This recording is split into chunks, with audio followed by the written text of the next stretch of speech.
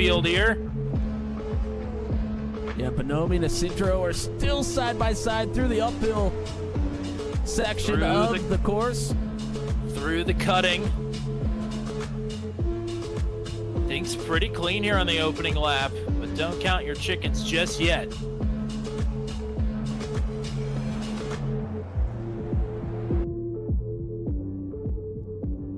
Zach Flom tried to take a shot at Logan's path around the outside, but will be on the outside again. We'll see, and is able to clear. Flom up to fourth now.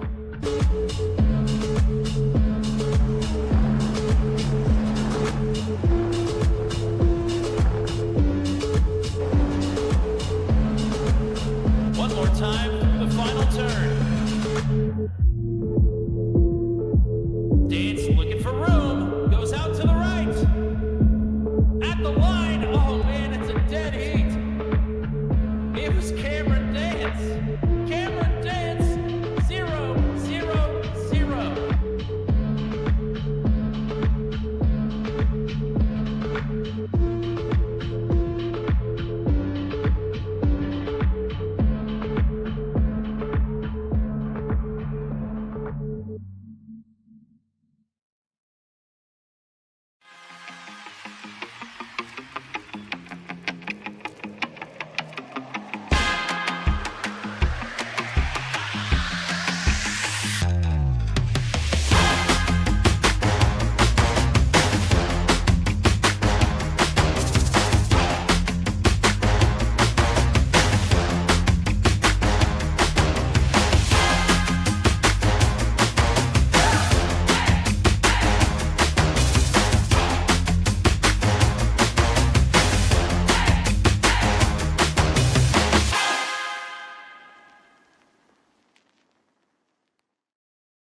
A blind knight that uses echolocation, viewing the dark, treacherous world through sound.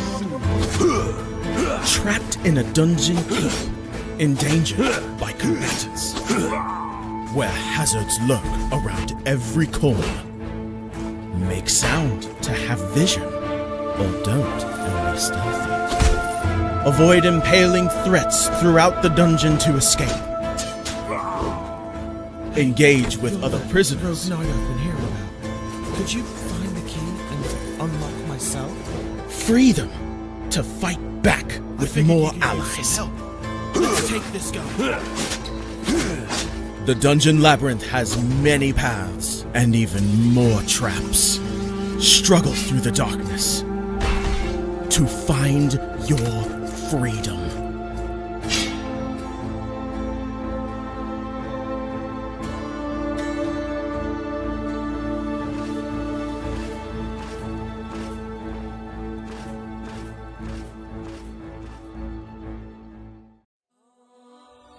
When Alex became a god, he thought he would have no problems at all.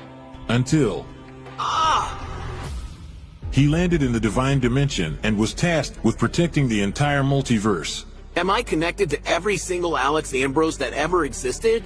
Alex could travel across dimensions, defying the laws of time and space, to help other Alexes throughout the multiverse. But then everything changed. No! Aw! I have to go back and save them. But if Alex went back to the mortal world, he would relinquish all of his power and his memories. I don't have a choice. I must go back.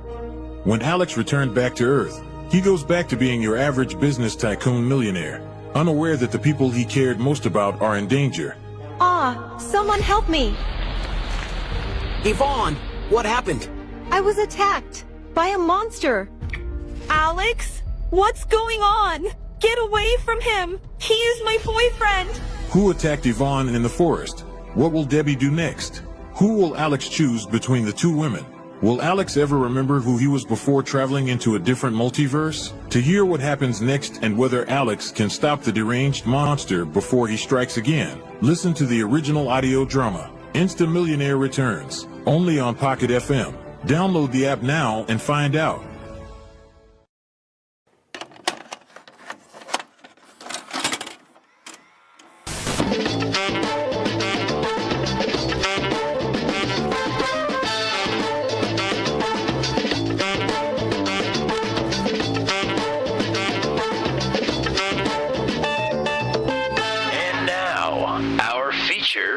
presentation.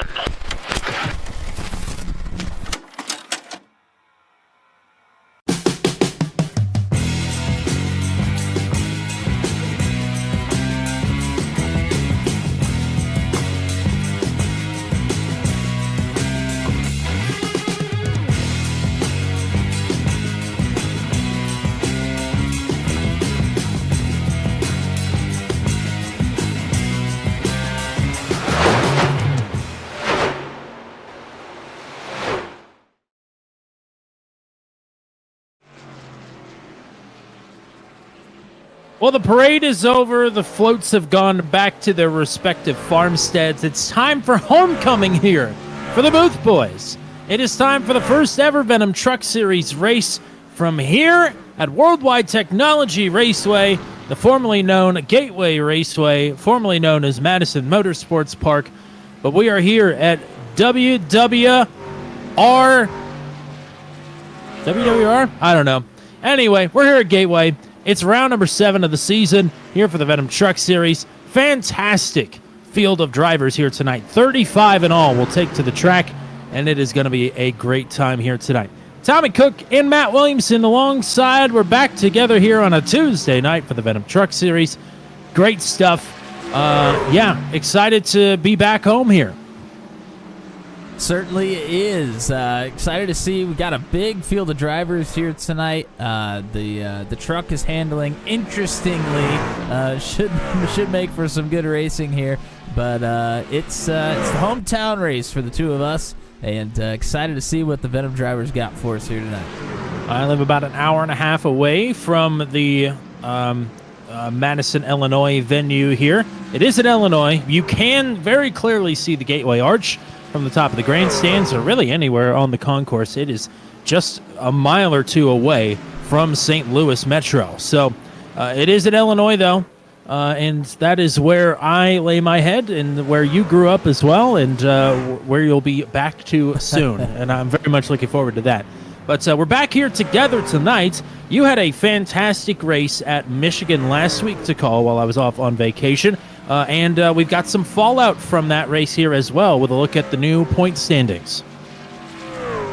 We certainly do, and of course the somewhat emotional and great victory for John Kay, his third of the season. It was pretty cool to get to interview him after that one and get his thoughts on how that one ended up turning out.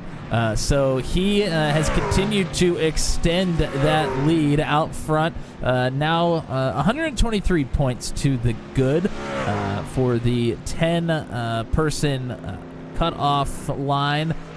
Chase, that's what I'm looking for. It's the chase for 10 drivers.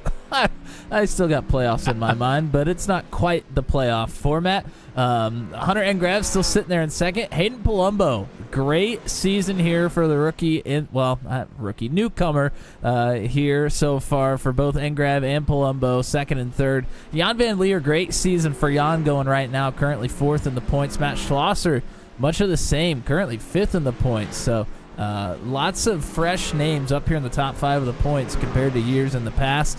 Andy Poliski in 6th, Paul Ellison, Josh Freed in 8th. Ryan Batty and Dan Miglin round out the 10 drivers. They're actually tied for 9th technically. And then out of the cutoff line currently is Kyle Zittel, Zach Lockett, Tyler Logan, Brantley Gainey, and Jeremy McKinnon. All within 25 points, though, so definitely well within striking distance. Absolutely well within striking distance. A lot of notable names just outside of that area as well, or that top 15. Ryan Dye, Steve Roman, Chad Stearns, who's coming off of his first top 10 of the season with a runner-up finish last week at Michigan. Hard to believe, but Stearns is back in action tonight. Ryan Dye is not. Steve Roman is. There are several other drivers as well that honestly could be contenders even tonight, as this is quite the practice and qualifying that we've had here. Everybody has had a look at the top spot.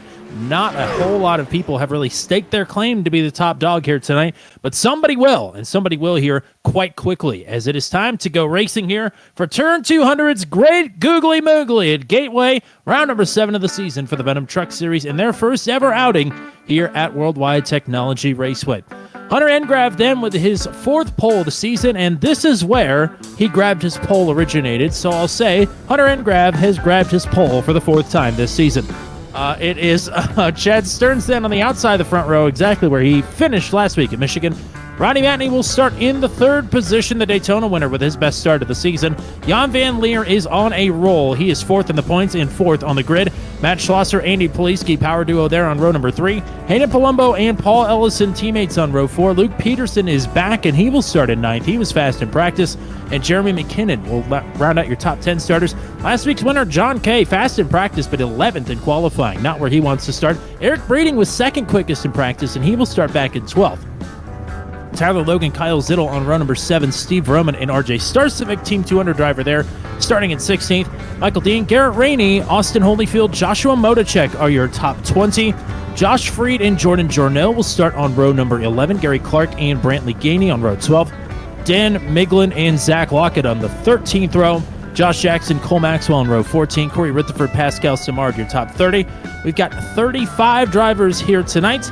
Matt Williamson, the sun is going down here at Madison Motorsports Park. What are the track conditions and what are the strategy notes for these drivers here tonight at Gateway?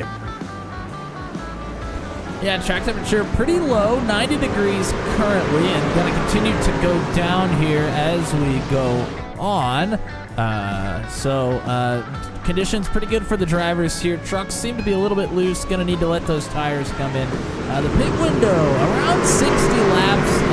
Not sure if they'll run it all the way out or if they're going to come for tires before that. That's kind of a little bit of a toss-up. We'll see what ends up happening there. They do get 3 sets of tires. And you do have to enter pit road on turn 3. Otherwise, you're going to get a penalty. So that is much different than most of our tracks. You have to enter pit road on turn 3 rather than out of turn 4. If you do see somebody come in from turn 4, they will get a pass-through penalty as implemented now by the sim. That did not used to be a thing, but it is now, and it is in effect here tonight for the Venom Truck Series. Who will plant their flag as the first driver in the Venom Truck Series to win here at Worldwide Technology Raceway? Turn 200's Great Googly Moogly Gateway is green. Big checkup there on the inside line in the back of the field. I think we're all still rolling. We'll stay green. We'll head off into turn number 1. Somebody off in the grass. It's Luke Peterson.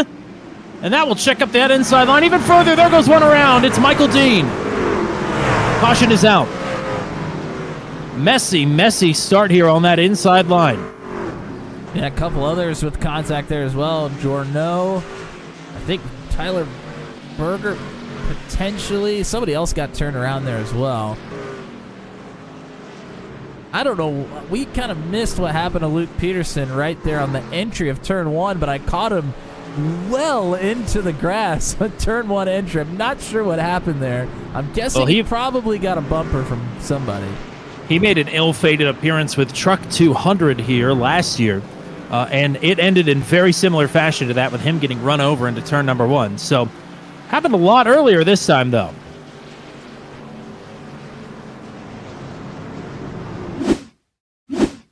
Go ahead and take a look. Peterson, red, white, and blue, number 38 there.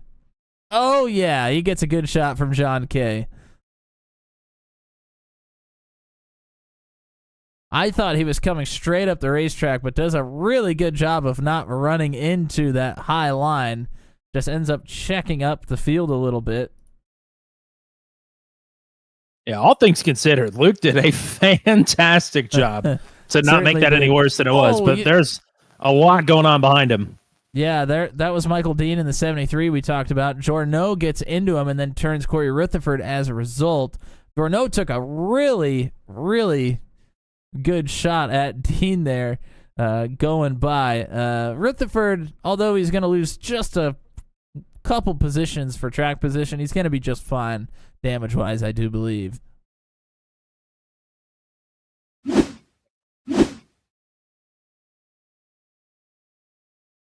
Yeah, Jorno Jorno got a penalty last week for ARCA braking, and I don't think that one's going to do him any favors. When I saw Peterson that far on the grass, I thought for sure he was going straight up into that second line, but does a good job of getting it slowed down.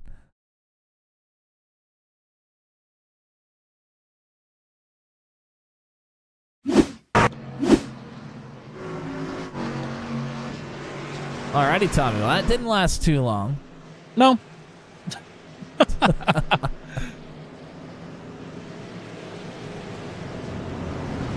It can happen.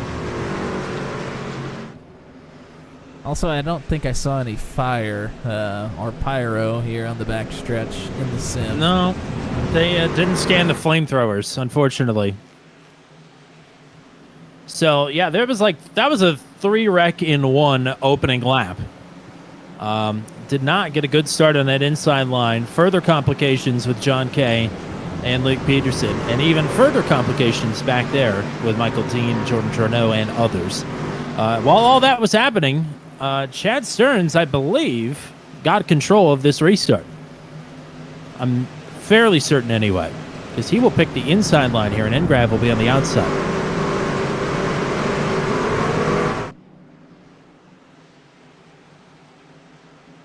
So this is the top 10. Stearns and Engrav on the front row. Van Leer and Matney on row 2. Schlosser and Poliski on row 3.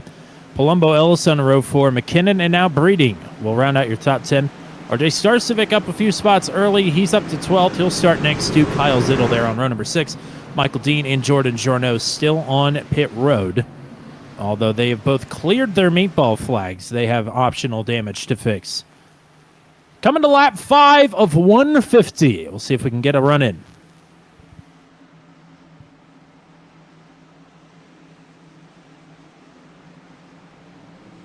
Still doing the bumper cars here on the inside. They just cannot figure these restarts out.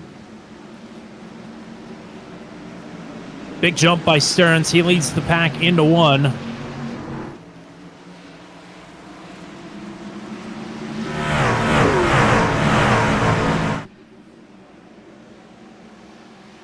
We've gotten a little bit farther here.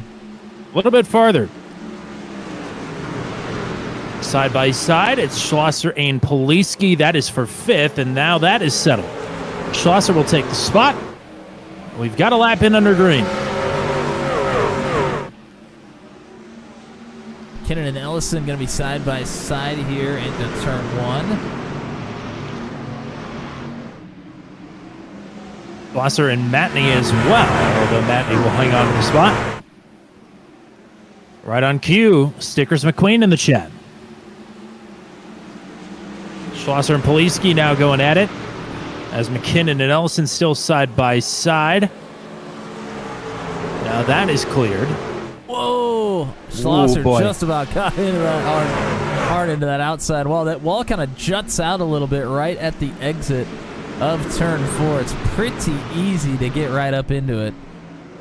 And not only that, when they say these trucks have less downforce, as Jan Van Leer just showcased, they really need it here. These are super, super loose, even with cooler track temperatures. JVL just showed it off. Nice save. I did 10 laps in practice, and my right rear wear was higher than my right front wear. So this is no easy task tonight.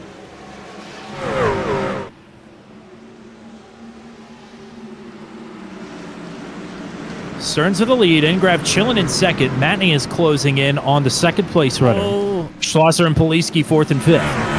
Peterson ran up the racetrack in a motor check just a little bit. Peterson going to get up to 14th. John Kay got around RJ Starcevic down into turn 1 as well. John Kay had dropped back to 16th, but he is now up to 12th with the pass on RJ. Bailey Marine cheering on Joshua Motocek here, running in the 15th position. And Peterson ran the purple lap of the race last time around. Peterson had great speed in practice, and of course not a whole lot of damage to come out of his incident there, so he should be fine. He's just got some work to do. McKinnon with a slip up out of 2. It's going to allow Ellison to slip around the outside and take the 8th spot away. And Kyle Zittel quickly onto the scene here to try and figure something out.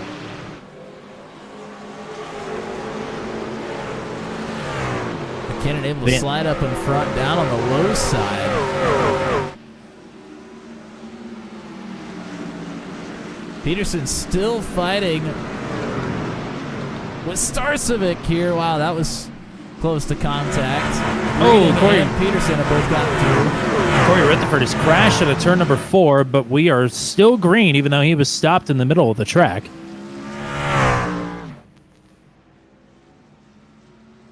And I'm guessing may have just gotten loose there. We've seen a lot of drivers struggling with the handling. Stern's leading, but he is not getting any separation. Second, third, and fourth. All right here in Matinee nearly, and he does make contact with Hunter Engrav into 1. I mean, that wasn't much contact, but with as loose as these trucks are, even for a driver like Hunter Engrav, who's got talent coming out of every pore, it's a handful. Yeah, I mean, it doesn't take much of a touch to kind of get you bent out of shape, and once you're out of shape at a place like this, it's hard to get back into that same shape you were in. And that got Matinee out of his rhythm as well. Here comes Schlosser now with a lunge to the inside. We haven't talked about it, but most people should know the corners in 1 and 2 and 3 and 4 are not the same. You run about 10 to 15 miles an hour slower into turn number 1 than you will into turn number 3. Much narrower. A lot like Darlington, but a little bit slower and a lot less banking. Not a lot, but a little less banking. Whoa! Poliski got a little loose, had to chase it down almost to the inside wall.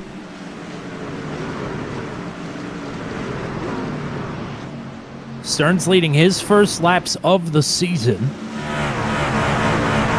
Engrav in second. John Kay has made his way into the top 10 now, and he, running the Gray Ghost tonight, is going to have a look here on McKinnon to move up to 9th.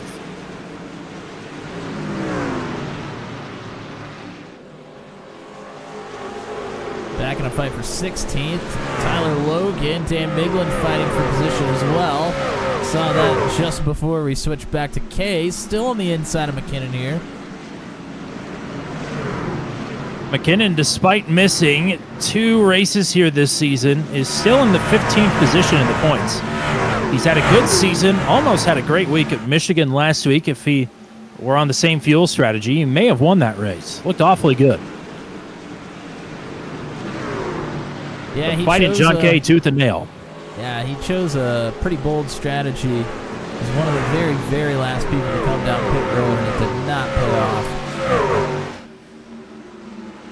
Up front, here's Schlosser with a move on to Matinee for 3rd.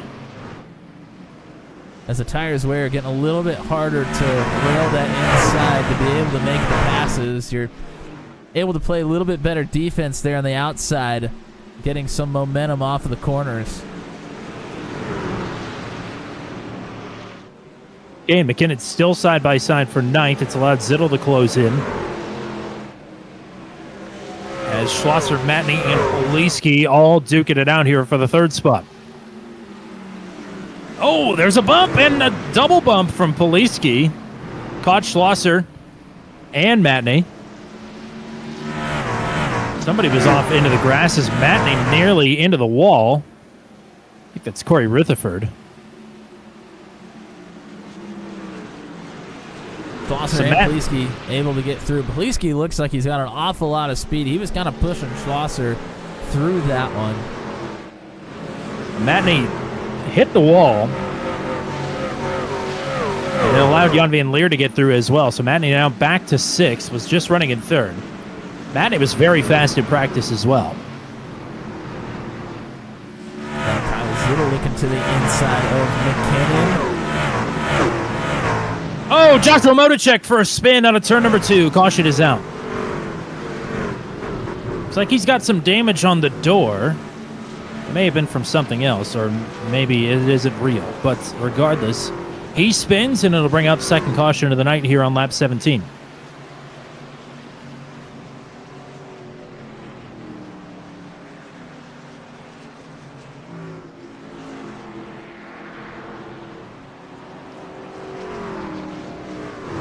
Motocek, I think, just slipped out of the top 15 in the points. He's quietly having a decent rookie season here. 2 11th place finishes to his credit thus far, and he started every race. Kind of a awkward incident here as he's entering turn 1 behind Starcevic. Miglin is behind him. Starcevic kind of overshoots turn 1 a little bit, and Motovchek follows him up there, but checks up to try and go underneath of RJ. And he may have gotten loose on his own. I thought Miglin tagged him first, but I don't. It was either netcode or he just got loose on his own. Really hard to tell. That one happened so fast. Miglin probably could have slowed up a little bit more, but I mean, that was tight.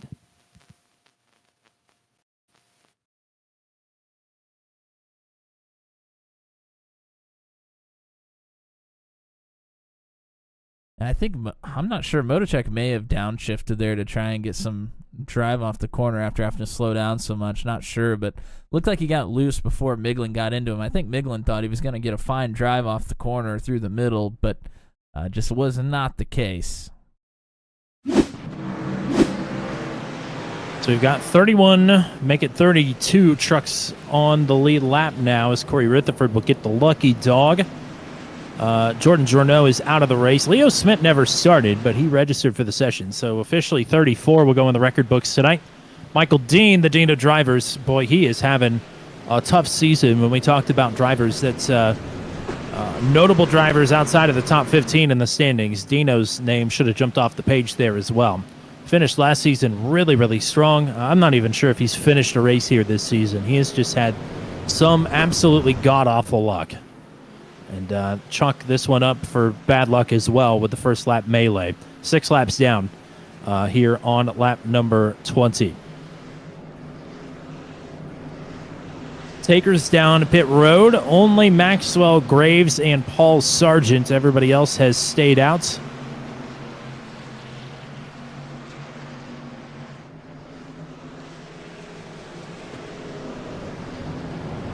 Yeah, I think tires are the high trade volume commodity of the day.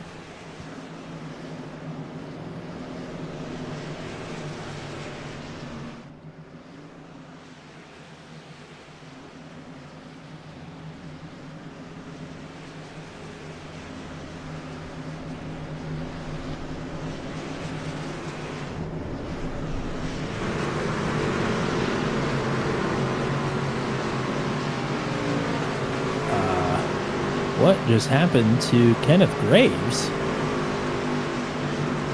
Kenneth Graves was...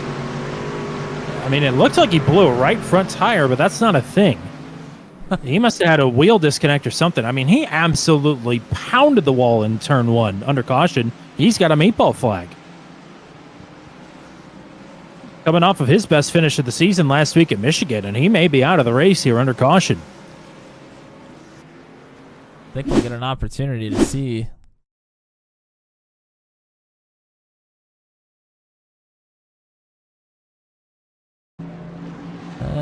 This may not be it. Oh, he ran into Paul Sargent. That was on his way into pit road. Yeah, I think this is on his outlap in turn 1. Oh, that was a hard shot, though. Holy cow. Yeah, to Sargent, that was a...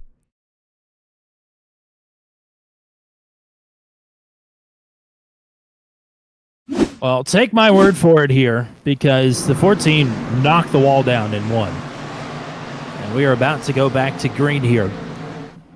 As Graves is on pit road, it is Stearns and Engrav, Schlosser and Poliski, Van Leer and Matney, the top 3 rows.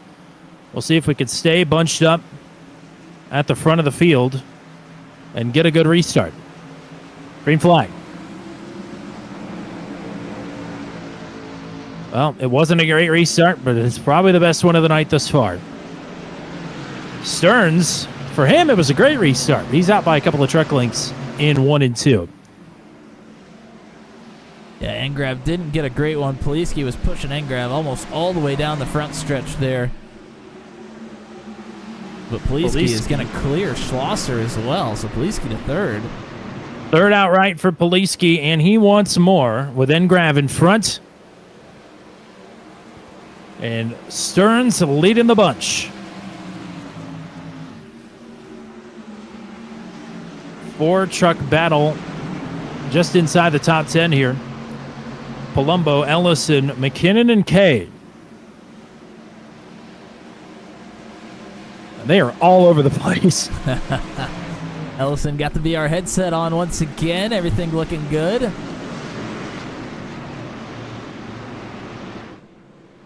Oh, Pascal Samardis just lagged out of the session. That's unfortunate. Hopefully he can get back in here quickly.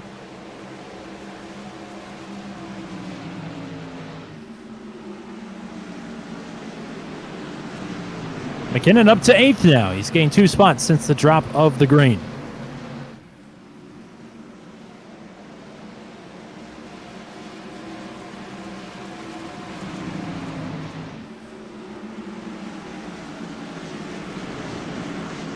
Single file all the way back. Yep, back to 13th. Yep, dives to the inside of Starcevic there for the 13th position. Quick work for the 31. Yeah, slides right up in front. I think RJ may have given him a little bit of room there, knew that he kind of overcooked the corner and just wanted to get a good drive off. Let him through there on the inside. John Kay passed Hayden Palumbo to take 9th. That puts Palumbo on the bubble for the top 10. I think Josh Freed and Garrett Rainey made some contact battling for 20th.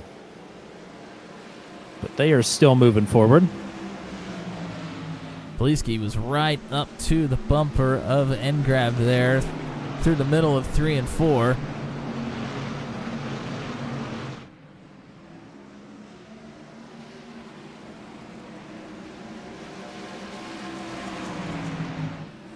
And Starcevic continuing to slide back here. He is dropped to 15th with Tyler Logan working to his inside.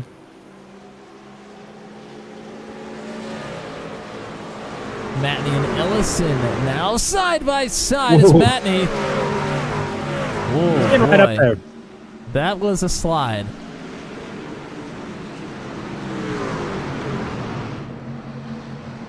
Behind them, Palumbo fighting back on John Kay, who's nearly up to the wall into turn 1 and 2. And he'll take the spot back.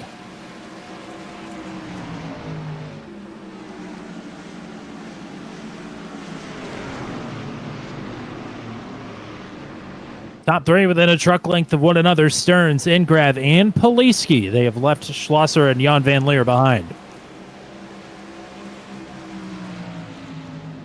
As McKinnon and Ellison continue to duke it out here for 7th. McKinnon has been trying to fight on that inside for the better part of 3 or 4 laps, but Ellison just too consistent there in the second lane. I know we've had some caution laps, but in theory, we are about halfway through this fuel run here. Is it time to just get in line and try and save as much tire as possible? I mean, it depends on how far you want to go. I mean, I would imagine that all the drivers are going to go to at least lap 50. But like you said, we've had quite a few caution laps here. I wouldn't be surprised to see them stretch to 55, maybe even lap 60 to give themselves some more breathing room on the final 2 runs of the race if we were to go green all the way through. Well, Hayden Palumbo is sandwiched between McKinnon and John Kay here, but he is having some connectivity issues for sure. So Kay, a couple of times, has tried to make a move and had to roll out of it because Palumbo just kind of disappeared. So that'll be something to watch here as this race rolls along. Would hate for Hayden to have to bow out of this race because of that, but it's been done before. Oh, McKinnon just had an absolute tank slapper there at turn number 2 and kept it out of the wall. I don't know how. Further back for 16th, Breeding and Vroman were battling. Breeding is going to get the best of the 00 here for now. I mentioned it already. Breeding was very fast in practice. I'm sure disappointed with his qualifying effort, and he has not gone the right direction here in this race. So any pass is going to be good momentum here for the 26.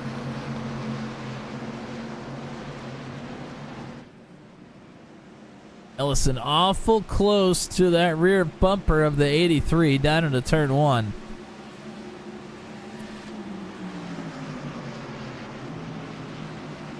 Ellison's rid himself of McKinnon for now, but if he can get past Matney quick, he may not have to deal with him again. But McKinnon is closing back in.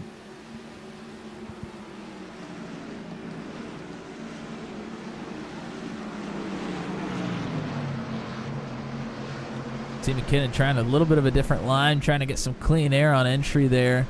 They kind of stair-stepped one after the other up towards the top side of the racetrack. But that's cost McKinnon, Palumbo looking to get back by. And Peterson's caught back up to John Kay for 10th. Poliski's caught Engram for second a couple of times, but has not been able to do anything with him. Pamela in the chat cheering on Hunter, who is dropped back by 3/4 of a second to the race leader, Chad Stearns. Oh man. Yeah. McKinnon really struggling with corner exit right now. As is Stuck just on the about bottom. everybody. Yeah. Everybody's struggling with it. It's just how apparent is it and how vocal you're going to be about it. There's our beloved Flink in the chat. No, not quite. Although that Wouldn't it does be need nice, to be though? scanned. And Yes. I agree. being able to have a Turn 200 indoor nationals with the Chili Bowl and the Gateway, and at the, what is it, the America's Dome now in St. Louis? I still call it the Jones Dome. It'll always be the Jones Dome to me. But yes, it's the America Center at the Dome, I believe, is the official name. As there goes Matney backwards. Ellison and maybe Palumbo going to get through here. That's for 6th, and they do. Yeah, we've seen Matney struggle on that turn 4 exit a couple of times and slipped up in a bad spot there. Ellison, Palumbo able to get back by. And now John Kay right on his bumper. Kay looking for a slide job here through turn 3. Matney looking back underneath. Okay, with a bit of a wiggle, but he should be in a good spot to drive off and drive away. So Kay comfortably inside the top 10 again. Looked to be in doubt there for a second. Meanwhile, all of a sudden, Engrav has halved the gap up to Chad Stearns and has left Andy Poliski behind. Still about half a second, but Engrav is a little bit quicker here the last few laps. Time for your car inside camera. Taking a look inside the cockpit of John Kay.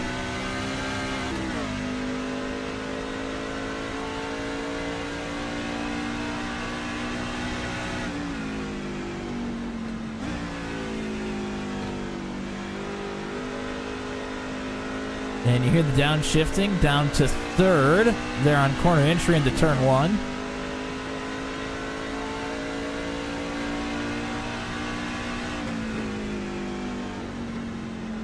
But you don't hear it through turns 3 and 4. That is how different these turns are. Carry a lot more speed through turns 3 and 4, so the shifting is not necessary. Way more.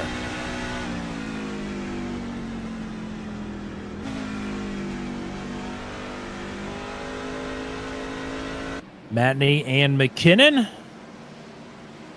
both struggling. Who's going to struggle less, and who is going to get passed by Luke Peterson? Maybe both of them.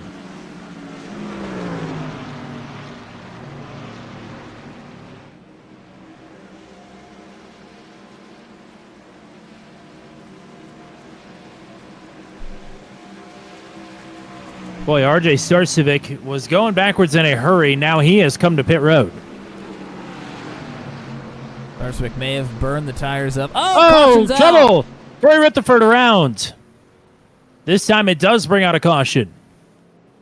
And an questionably timed one here as well. This may shake some strategy up. It's going to shake strategy up, but I think it's going to shake strategy up for everybody. So I think everybody probably still going to be on the same strategy unless there's somebody that came and got tires on that last one. But maybe this will play out for RJ Starcevic here, who just came down pit road. It very, very well may. We will see. Go ahead, take a look at the replay here. This is Rutherford through turns 3 and 4. See the back end start kicking around. He's trying to steer it to the right, but also trying to stay out of his competitors. Ends up high into the wall. And turned around looking at traffic is never the place you want to be. Certainly not. So that's his second incident of the night, but the first one that will bring out a caution, and that is certainly the worst of the two, with nosing into traffic, or nosing into the wall, rather. Here comes everybody except for Hunter and Grav again. This is very interesting. This is the third or fourth time he's done this, and I don't really know why. Because, to be honest, it has not worked yet. It has not worked yet. I believe he may have tried this last week at Michigan as well. I don't remember exactly, but you're right. He's tried it at least 2 or 3 times, and I don't think it's worked once. Well, I should say, what is his definition of success? If I were him, I would say it's to win. He has gotten top 10s out of this strategy, I think, every time. But for race wins, no, it has not worked. But should we get some more ill-timed cautions? He's hoping to have an extra set that others may not here a little bit later on tonight. Well, unfortunately for RJ Starcevic, he is a lap down. So this will not get him the lucky dog or the wave around. Since he was on pit road at the time of the caution, he's not eligible for the lucky dog. Michael Dean gets the lucky dog. He is now back to 5 laps down. And Starcevic is pinned 1 lap down.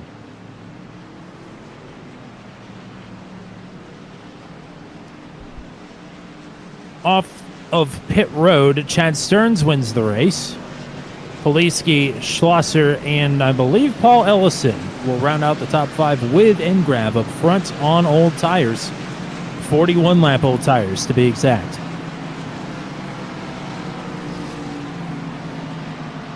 So here's your useless fact of the day.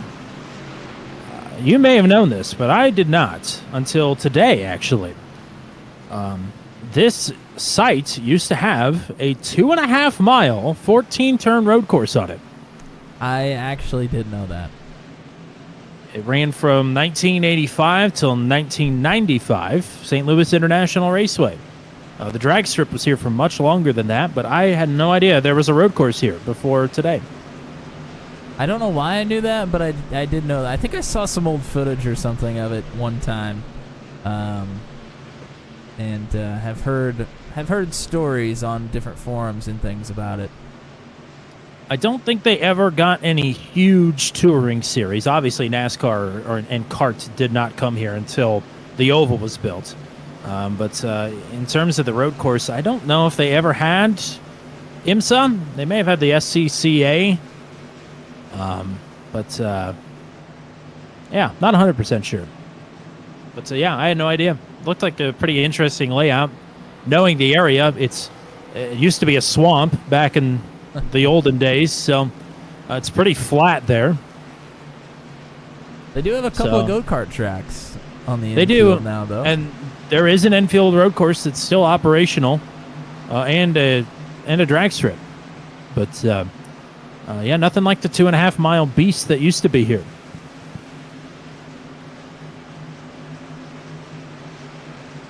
Well, there you go. Hopefully everybody learned a lesson, and we'll see if there's been any lessons learned here on the restarts. I would imagine with Engrav being up here on older tires, this could be a bit treacherous if Hunter does not nail this. I actually think he's going to be fine on the restart, but I think here in a couple laps he's going to start feeling the effects. I think on colder tires, the folks are going to struggle a little bit down here into turn 1, so they're going to have to be careful. I think everybody's going to be spinning their tires. It's just a question of if they're going to be spinning the rears out backwards or not. Engrav will elect the outside. Stearns, the dominator of this race, now in second. Engrav with a huge launch. It pays to be in control. Green flag. Matt Schlosser going to get bopped for a penalty.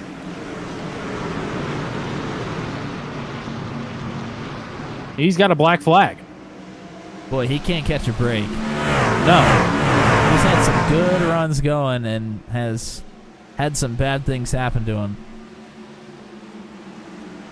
Stearns going to send it to the inside of his team boss, and Palumbo nearly around and is around. Oh, that sends people scattering everywhere. Multiple drivers around. And they're still wrecking further back. Yeah, Berger ends up in the wall. I think him and Williams made contact.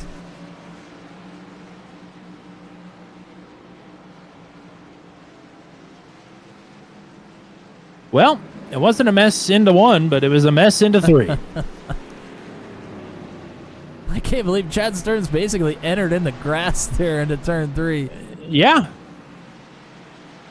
I'm going to go back and see why Schlosser got a black flag. We can make some guesses, but in the meantime, we'll take a look at, try and pinpoint the source here, because there were multiple different things that converged to make that a mess. Well, this is Palumbo in front of Matney and McKinnon. And McKinnon gets into the back of him. Palumbo then gets up into Matney.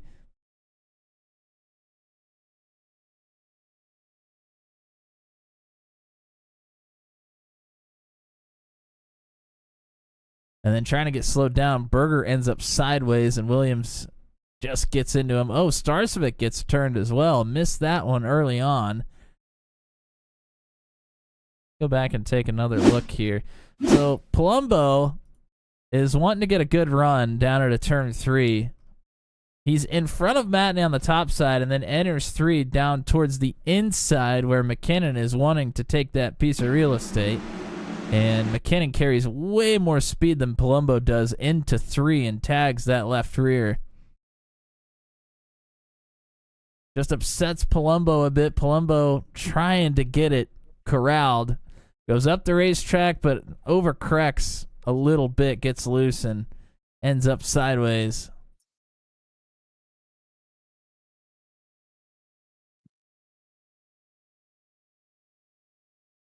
Tyler Logan having to go through the grass. Miglin makes pretty good contact with Logan down there in the grass as well. See Bergered around. Williams gets into him.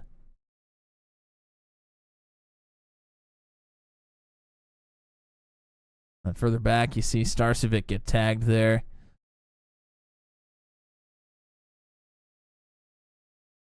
I wouldn't say really serious damage for anybody, but significant damage for a couple.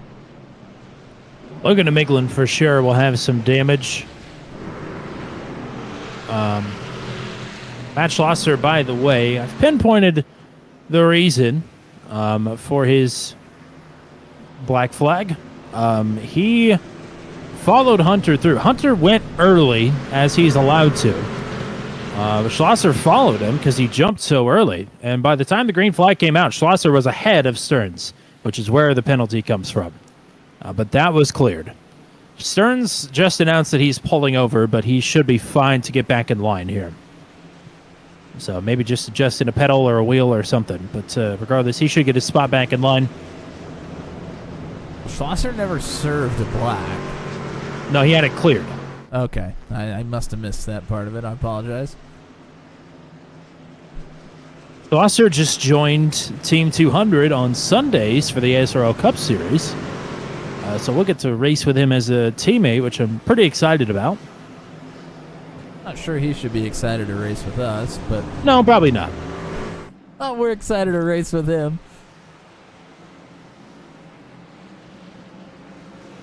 That'll be an interesting collective between me, you, Rob Williams, Ryan Dye, and Matt Schlosser.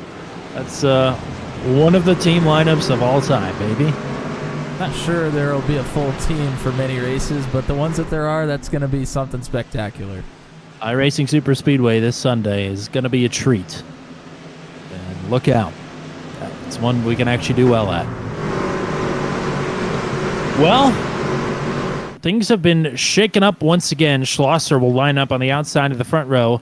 Engrav again on 40-lap older tires than everybody else that's out on track right now. John Kay and Chad Stearns is on the second row despite him dropping back so far here. It'll be Poliski and Ellison on row number 3. So that's your top 6. Van Leer, McKinnon, Matney, and now Josh Freed all of a sudden is in the top 10 for the first time tonight. We'll go back underway here, coming to lap number 49 of 150. And we're back underway.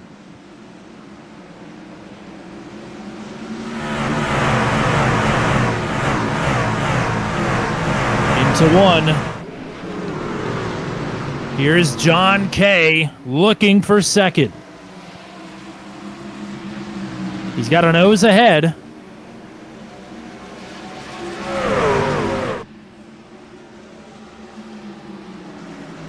And here goes Schlosser on the outside.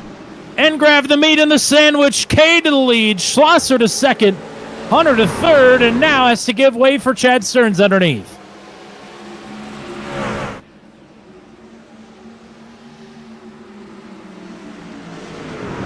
I think Connor's going to find he should have taken tires.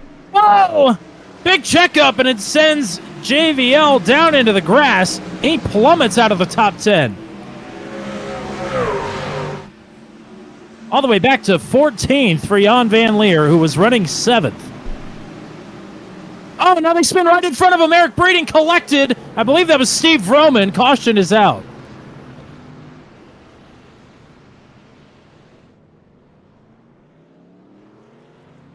Roman spins. We'll have to see what started that. But it collects Eric Breeding. Yeah, Breeding has pretty noticeable damage to the front, particularly the front left of that truck as well. Well, bad luck season continues for Steve Roman. And we are back under caution here with John Kay as the race leader for the first time tonight.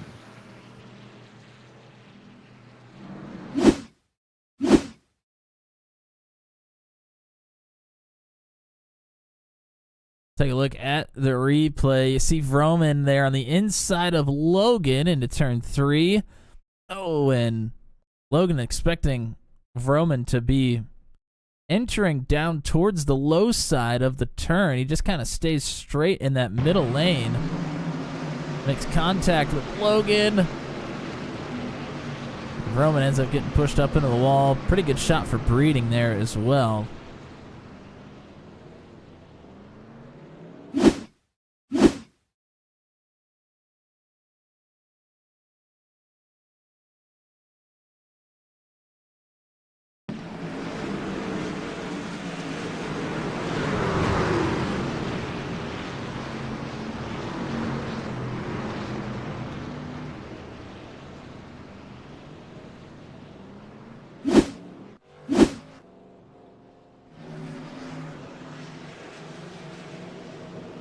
Well, Hunter Engrav decided he needed tires finally.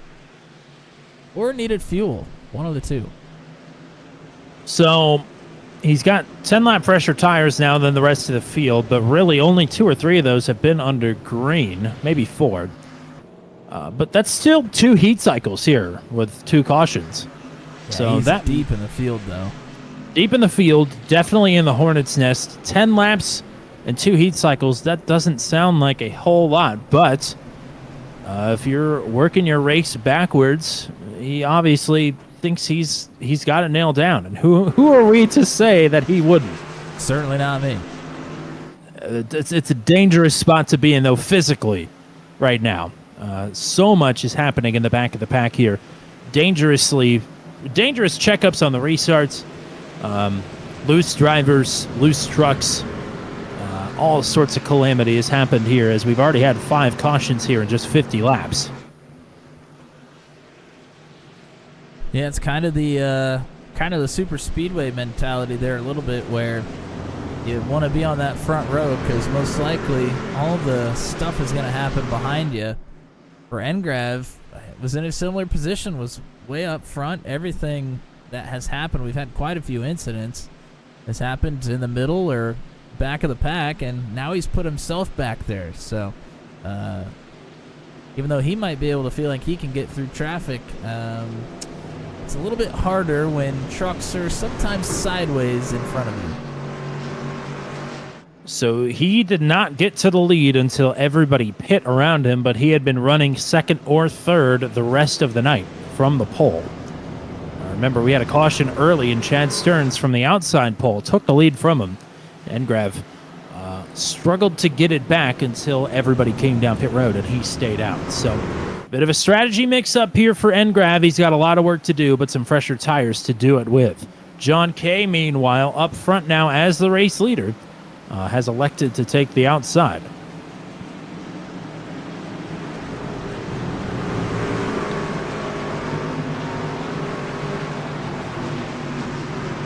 Stearns, Poliski, row 2. Ellison and McKinnon, row 3.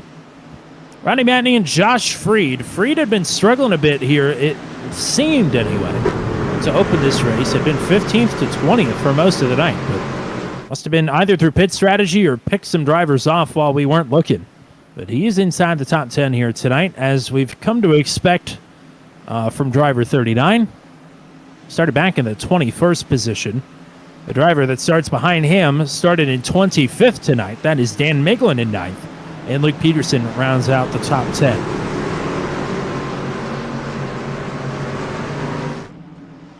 Lap 55 up on the board this time. Can we get a long green flag run in here at Gateway? Couple of drivers trying to jump the start. Green flag is out. Stearns bump drafting his team boss, Matt Schlosser, into 1. It's Poliski around to the outside, taking the spot away. Maybe. Schlosser fights back, but Poliski will take the spot.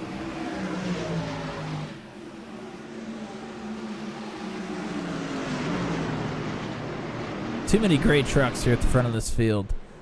It is a very, very gray, dull night. We got one around. It's Gary Clark. He's off into the grass. I think we're going to stay green. He's still rolling. There goes Ellison with a big dive to the inside, and McKinnon nearly hits the door of the 12. And they'll continue to duke it out here as they have been for a lot of the laps tonight. Jan Van Leer trying to work back forward. He's up to 8th at the moment. And here we go for the race lead. Poliski with a big run on John Kay. And Poliski's clear. 32 to the lead. Kay fighting back now on the outside. Not clear quite yet, but should be down here into turn 1. Was clear for a split second. I might be mistaken. Kay's still fighting back here. I don't think John wants to give this lead up. Just a guess. I would say probably not. Stearns and Schlosser closing in now as the leaders are side by side. Andy Poliski showing the way. John Kay wants it back, and he may get it back, at least at the line. And he will.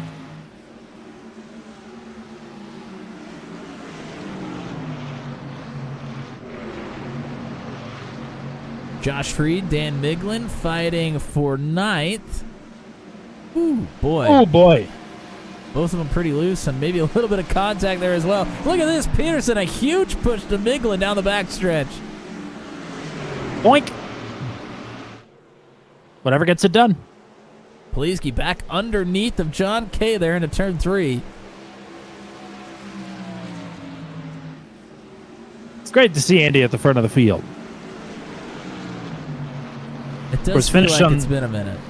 This is the same 3 podium finishers from last week, just Poliski and Stearns swapped around. Poliski had a great run going in Rockingham a couple of weeks ago and didn't get to finish that race. So Andy would love to get back to victory lane tonight.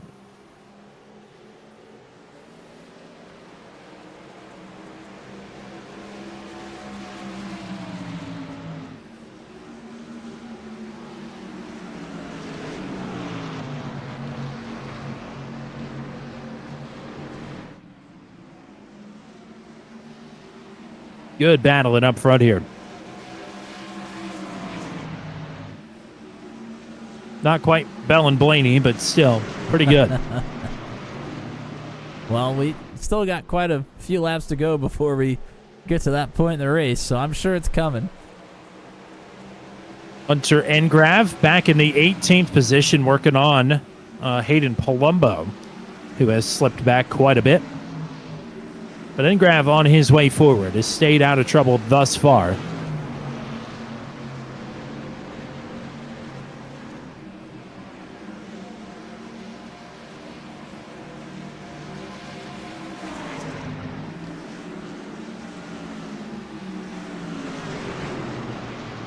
Breed has fallen back here a little bit, has gotten passed by both Miglin and Peterson. Now Tyler Logan working on him for 11th. Logan got some damage in that big one in turn 4, but working his way forward. Let's get Rainey in the mix here as well in the 13. As well as Zach Garrett Lockett in the 93. Garrett's good at some of these oddball tracks. Quietly plugging away here just inside the top 15. Zach Lockett, yes, first time we've called out his name tonight here as well. And these guys have Hunter Engrav closing in quickly.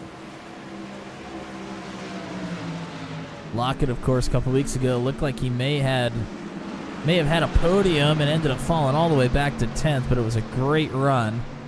Looking for another one here tonight. Matney and Van Leer, Peterson and Miglin side by side. That's for 7th, 8th, 9th, and 10th. Jan going to slide up in front of Matney. Matney looking for a crossover out of 4. Don't think he'll have that run. That is to take 7th. Peterson has taken 9th back from Miglin. Look at Andy way down on the bottom. Yeah, that's what I was just about to say. Poliski is gunning here on the bottom. He has made good time up catfishing. He's putting 2 tires basically on the apron down there. And there's not much of an apron. It's more just a couple of rumble strips. And it's working. Half a truck length every corner. And this time it gets him to the door. He has found something. Huge drive off here. K swings a little wide. Poliski won't get clear this time.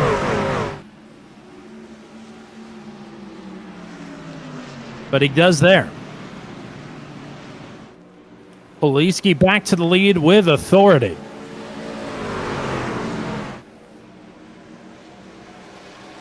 Didn't ever really have it outright last time he challenged. This time he does. We'll see if John can stick with it here, or if he's going to have Stearns coming up right onto his bumper. John is pushing half a lane wider out of turn 2 than anybody else. I can't imagine that's doing him any favors in the right front department. Here's Stearns underneath. Schlosser waiting on deck if the 2 slips back to 3rd. And he will.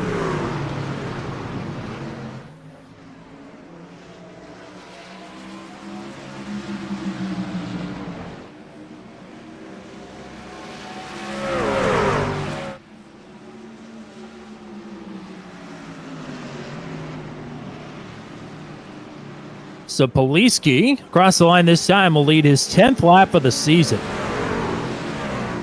has not seen a whole lot of time on the point, but has had good finishes, including a podium last week for the Season 5 champ. He just kind of had to come from the middle to the back of the field, and he gets there right at the end of the race, but with not enough time to push any farther forward. That's not the case here tonight. Oh, John Kay sails it off in a 3. Gets in the wall. Kay loses third, and he's lucky to still be driving. That was a huge moment.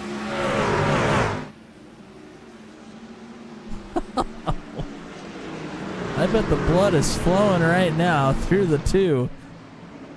Well, he's right back to the back of Schlosser, though. If he was worried about his upstairs neighbor last week after winning Michigan, he's probably a bit worried again. I'm sure some foulness just escaped the mouth of John Kay. Just put the car inside camera on him, and somebody in the chat in this team room is making him laugh, trying to calm him down probably. He just had a big chuckle. So he has a moment, gets a good laugh in, and he's right back to work. Stearns hounding Poliski for the lead. Ellison hounding McKinnon for 5th. Some other battles taking place. Holyfield and Rainey side by side for 14th. Engrav closing in on Luke Peterson here to get up to 9th. Stearns, we always talk about, is good with tire management. We had a couple caution periods in there, but 30 laps on this set of tires. Here goes Chad Stearns to the bottom in turn 1. And there was no doubt before they all came down pit road that Stearns was the man to beat here tonight. Led every single lap from the drop of the green up until lap 41. And now here on lap 71, he's looking to get it back. Stearns. Clear. Not quite. Not. Yes. Oh. Only by a foot, but that's enough.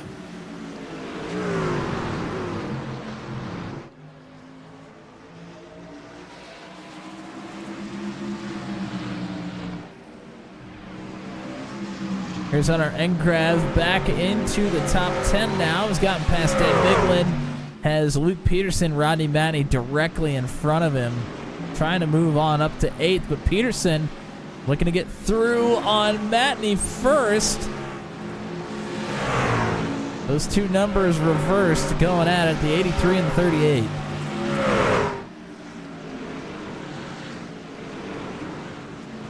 Engrav will try and follow through.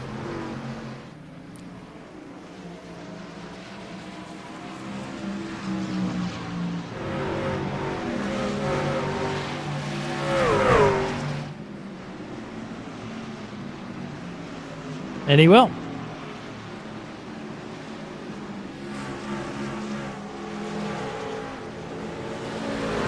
So pit strategy-wise, lap 100, taking the over or the under?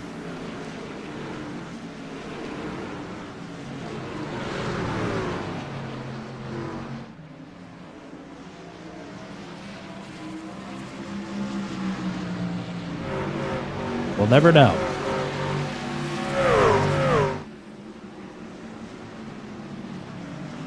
Whoa, look at that.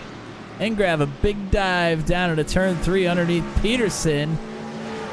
Gonna be able to slide up in front. Oh, and Peterson tags the wall pretty good there off of 4.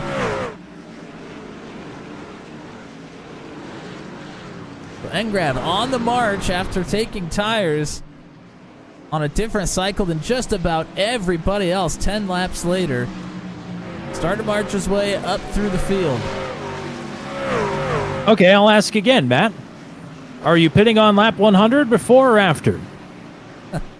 I think if you are the drivers... Oh, caution! Well... Maybe pitting now. This will make things interesting. I think Paul Sargent has crashed down the back straightaway. And that will put us under caution here for the 6th time. I didn't even have to answer. Nope. Boy, this is pretty early to come down pit road, though. With only It one set of sure tires is. left after this.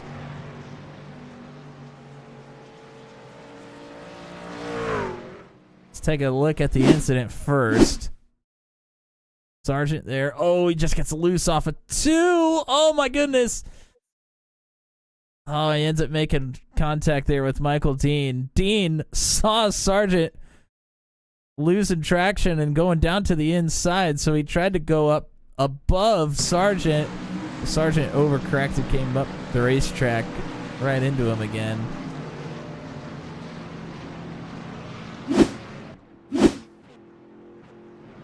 Well, there's a lot of folks down pit road here. 5 have stayed out. Poliski, Ellison, Engrav, Peterson, and Zittel. Those are the 5 that have stayed out. Everybody else is down pit road, save for Michael Dean, who is looking for the wave around, I'm sure.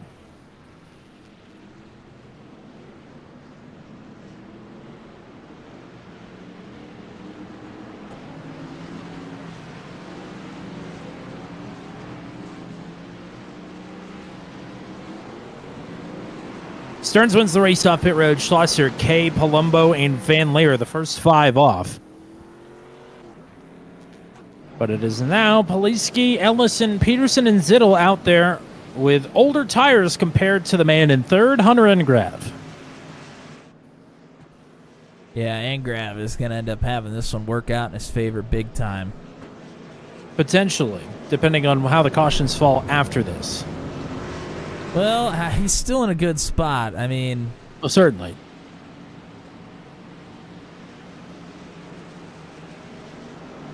But for those drivers, I mean, there were a lot of drivers that came down pit road, so all of them are going to be on the same strategy. But they're going to have only one set of tires remaining, and they got quite a few laps left. In the short term, if is 5 trucks enough of a buffer from Chad Stearns to the lead?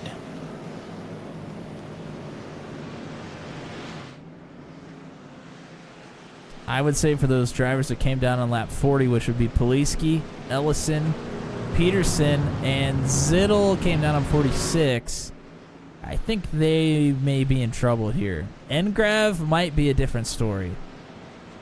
But they're still going to have 25 lap fresher tires than Engrav as well. Yes.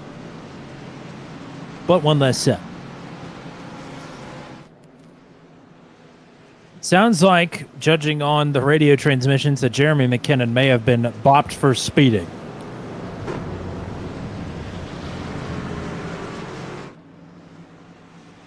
And indeed, he is dropping to the tail end of the field. That sucks. He's been in the top 10 all night.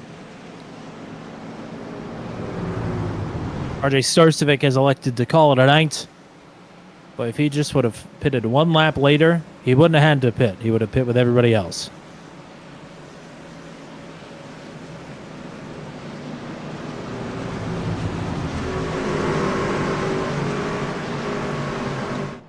So doubling up here, Poliski will take the outside. Paul Ellison will have a crack at this. He starts on the inside of the front row. Engrav then starts in third. Peterson to his outside. Zittel. And then it's the fresh tire drivers from then on back. Stearns lining up. The 25-lap fresher tires here on the outside. Schlosser and Kay behind them. And the rest of the top 10 is Hayden Palumbo and Jan Van Leer. Palumbo's rebounded after falling nearly out of the top 20 earlier.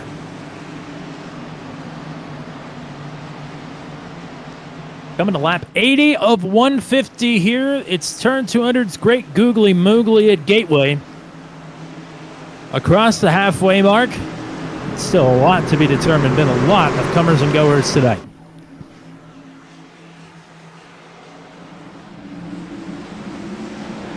Good start here for Poliski on the outside.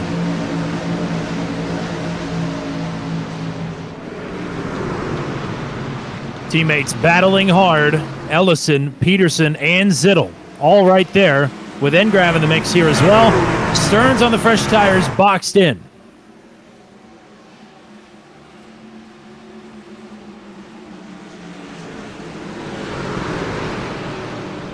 Here's Schlosser to the inside. Probably going to take a lap or two for the tires to really come in for those folks that are on fresh ones. Oh, trouble. Caution is out. Burgert's around. Oh, my goodness. Big contact there in the back. That is a who's who of drivers that have already been involved in an accident tonight. Vroman, Rutherford, Burgert's, Michael Dean. And I think Sargent. And Paul Sargent. His wheels are completely gone. He was trying to drive straight, but the truck would not go straight. It was turning straight left on him. Well, when it rains, it pours. Breeding in Sargent's with meatball flags. And let's see how this one starts.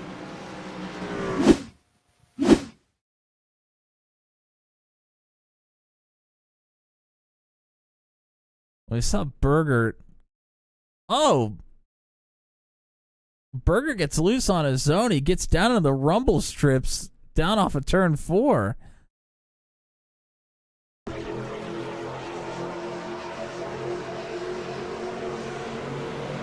And he goes sideways, slides at the racetrack into Rutherford. Other drivers trying to avoid. Wow.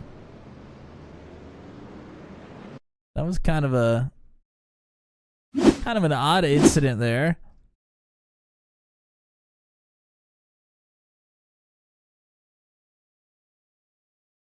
Yeah, Paul Sargent's night is over. Coming off his best finish of the season last week.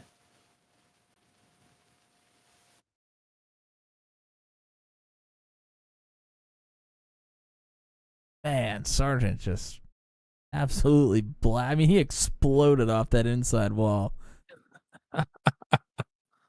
He looked like one of those fireballs on the backstretch.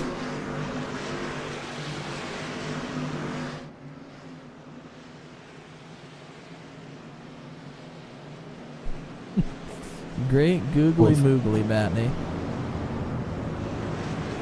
Ronnie's hanging here in the top 10. Tell you this much, after the Daytona win, it's not come very easy for Rodney Matney. Only one other top 10 finish this season. I think it was a 9th place finish at Laguna Seca. He's been involved in some accidents. He's hovering right around the cut line right now, tied for 9th in the standings coming into tonight's race. So this is a good run for Rodney Matney.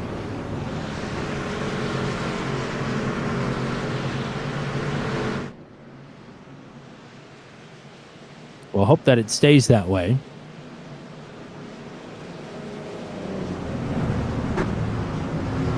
Let's give you a full field rundown while we've got a second. Poliski leading. Peterson now in second. Ellison in third. Zittel fourth. Engrav is now back to fifth. Matt Schlosser will start in sixth. Chad Stearns in seventh. Jan Van Leer eighth. John Kay back in ninth. Rodney Matney 10th. Outside of the top 10, it's Hayden Palumbo in 11th, Dan Miglin in 12th, Tyler Logan in 13th, Joshua Motacek in 14th, Garrett Rainey right now in the 15th position, Zach Lockett 16th, Josh Freed is back in 17th, Josh Jackson in 18th, Austin Holyfield and Brantley Gainey are top 20. Cole Maxwell back in 21st, Gary Clark in 22nd, Corey Rutherford is 23rd, Rob Williams back in 24th, Jeremy McKinnon has come down to pit, so he is back in 25th. Vroman in 26th, Bergert in at 27th, will have an EOL after causing the caution. Then one lap down in 28th, it's Eric Breeding. Paul Sargent is out of the race in 29th. Michael Dean will eventually take over that spot. He's still running in 30th. And then it is drivers that are out of the race from there on back. RJ Starcevic 31st, Pascal Samartin 32nd, Kenneth Graves and Jordan Jorno, an early retiree. And Leo Smith never turned a lap here tonight in the race. So, coming to lap 85 on the restart. One thing we know for sure is that it is paid to be the control car on the restart. Everybody's gotten a great jump up to this point.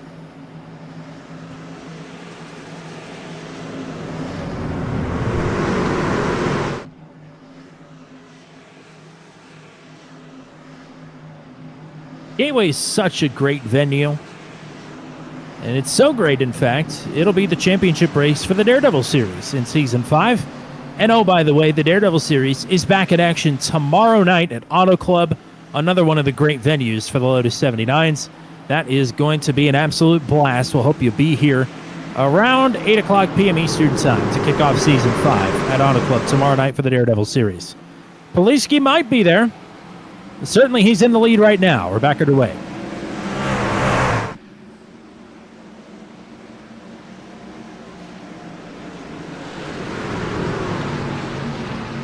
Is that a good selling point for a broadcast to say somebody might be there? I mean, I guess it could intrigue somebody a tad. Anybody could be there. We're nearly 3 wide here. Stearns on the bottom and down below the apron. Goodness gracious, he'll lose 2 spots. Just trying to hold on to it. 3 wide for second. Peterson going backwards. 3 wide off of 4 generally does not work, but they made it work that time. Peterson smartly rolled out of it. Zittel in second. Schlosser on new tires already looking for P2.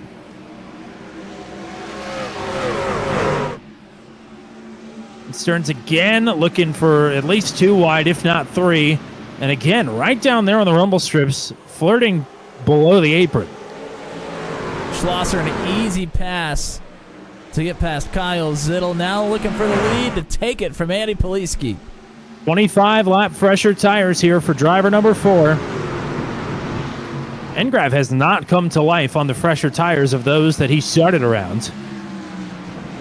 Oh, Ellison, big wiggle there. He's in the middle of 3 wide, going backwards. And here we go for the lead. Schlosser underneath, and he'll take it with ease. Matt Schlosser to the point.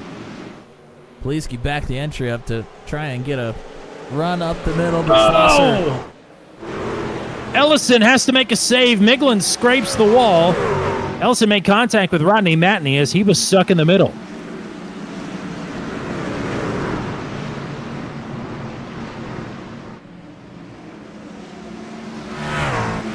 Engrav has fresher tires here than Luke Peterson, but Peterson's given them the business, and everybody around these two has fresher tires than both of them.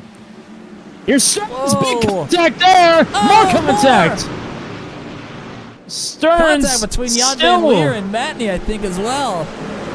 All over the place. I don't think Engrav is expecting Stearns to be running right down there on the yellow line into 3. It's a wild entry point. But they survived the contact. Here's Miglin with a lunge to the inside of the 28. Peterson and Van Leer side by side now for 4th.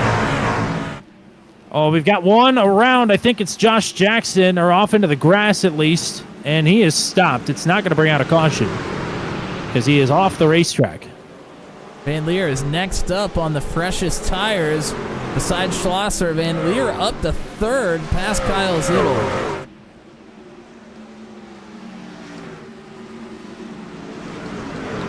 JVL with another good run here. Looking to get up to 2nd, has Poliski in his crosshairs. Oh, Peterson loose and turned by Stearns. Rob Williams as well. So that is 3 cars that have gone around now, and the caution is out. And Peterson picked up a meatball out of that. He is towed back to the pits, and his night might be over, and that is going to be mega disappointing for 38.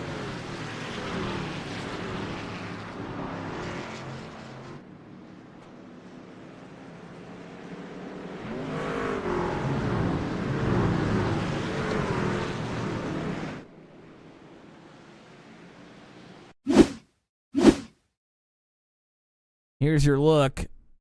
Peterson underneath the Miglin. A little bit of contact there. Gets loose. Oh, and then he gets loose again and chases it up the racetrack when Stearns had a run. That's where the contact with the 05 came in, and that is the end of the night for the 38. Sure what happened to Williams. We'll have to go back here and take another look.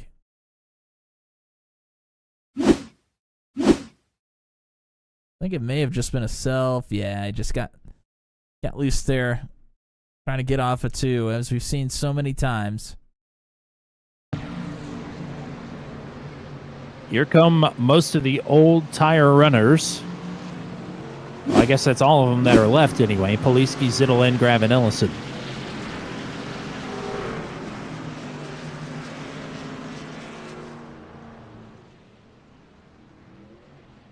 So everybody now down to one set.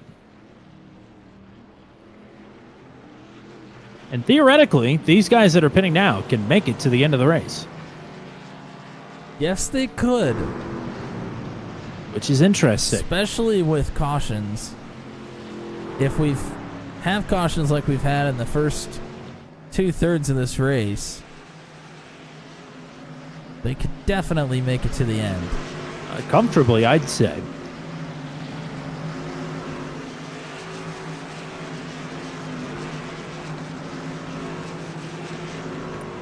Very interesting.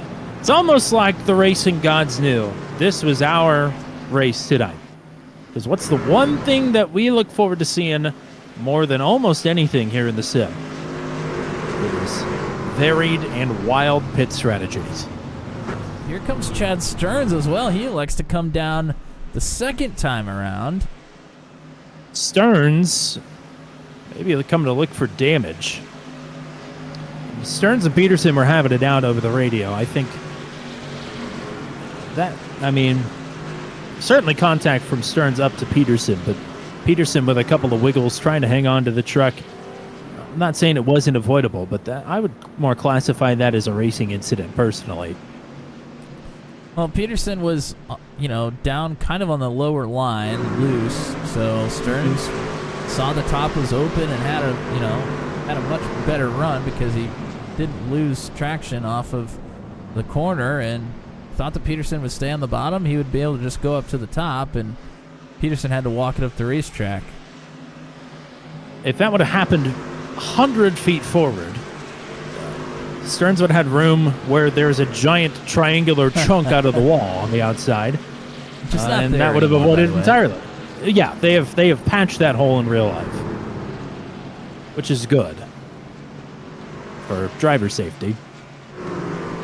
But also, I like how it looked, which is obviously the least important thing of all time. Aesthetics are not more important than driver safety. Okay, well, another twist and another turn here at Gateway. Schlosser leading, Jan Van Leer in second, Dan Miglin's up to third, Rodney Matney back up to fourth, and it's John Kay and Zach Lockett back in the top 10. He's in sixth. Palumbo and Garrett Rainey now on row number 4. Tyler Logan and Austin Holyfield, the top 10. Just about every damn driver in the field has been in the top 10 here tonight at some point. We've had multiple different leaders, and only, I think, maybe one or two drivers has led at different points multiple times. So, looking at practice in the timing charts, there were a lot of, I don't want to say unsuspecting names, but some names that I was a bit surprised to see towards the top. And this is exactly how the race has played out. It's almost been like a super speedway with how many comers and goers there have been tonight. We'll see if that continues, with Schlosser leading and Van Leer in second. Big jump here for Schlosser. He gets away, and we are green again here on lap number 95. JVL and Matney side by side for second.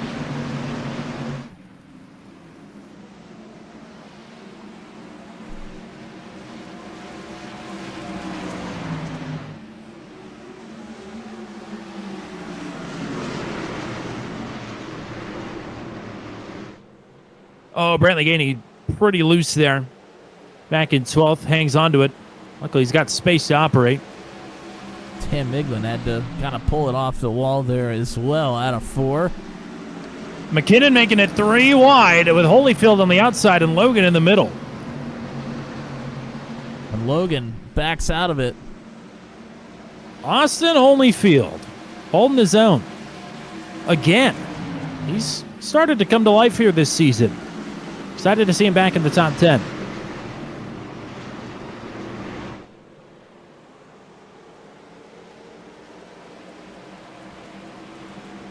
McKinnon looking to take that position away here on the bottom.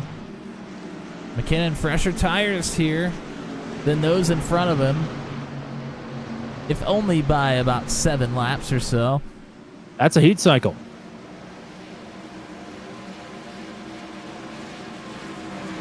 Schlosser up front set the purple lap. He is pulling away from Jan van Leer.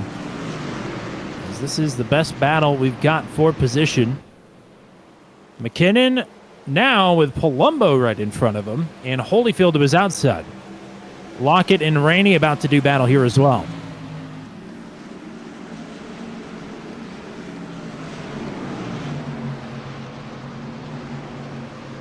And don't look now, but Andy Poliski is working his way through the field. He's up to 14th already. Actually up to 13th and about to challenge for 12th.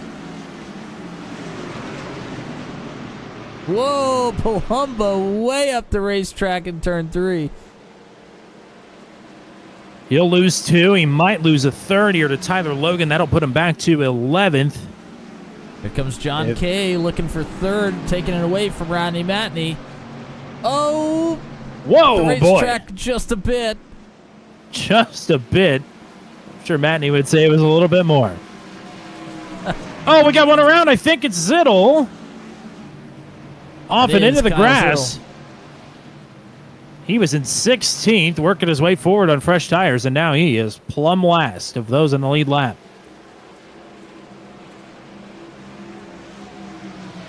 Meanwhile, Kay was able to clear Matney. And Poliski is clear on Tyler Logan. Here are the fresh tire runners, Poliski and Engrav, knocking on the door of the top 10.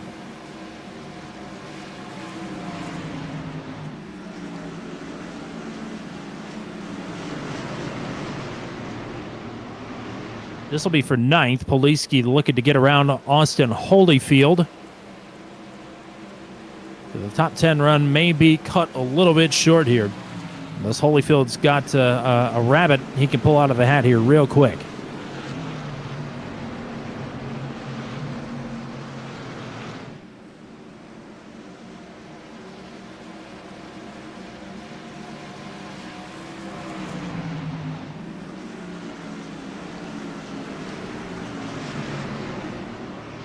Matney's sticking with K for now in 3rd. As Engrav going for it on Holyfield to move himself into the top 10 now, and he will. Poliski and Engrav tracking down McKinnon and Rainey, who are side by side here for 7th. Palumbo is taken out. Tyler Logan, and the caution is out. Palumbo missed the breaking point there big time and plowed straight into the 98.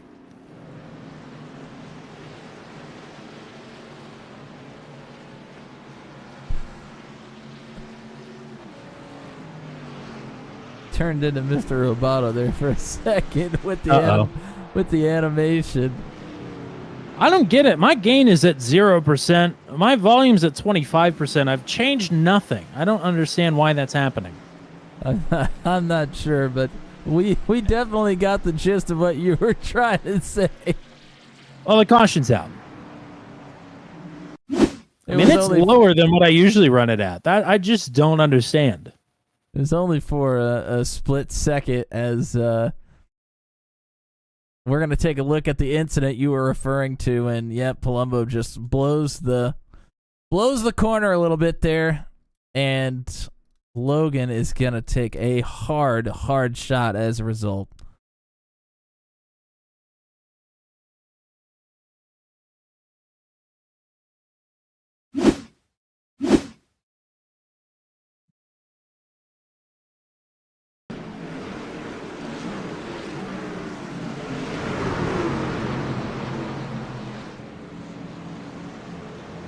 Split strategy again here.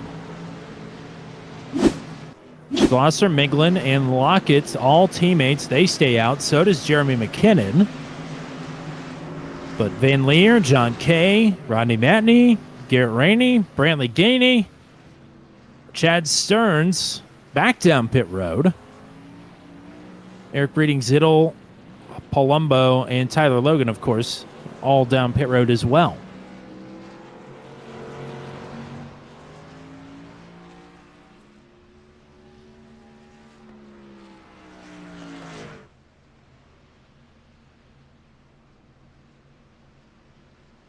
So lots of drivers likely still going to have to come down pit road. However, there are a few that we think are going to be just fine to go all the way through.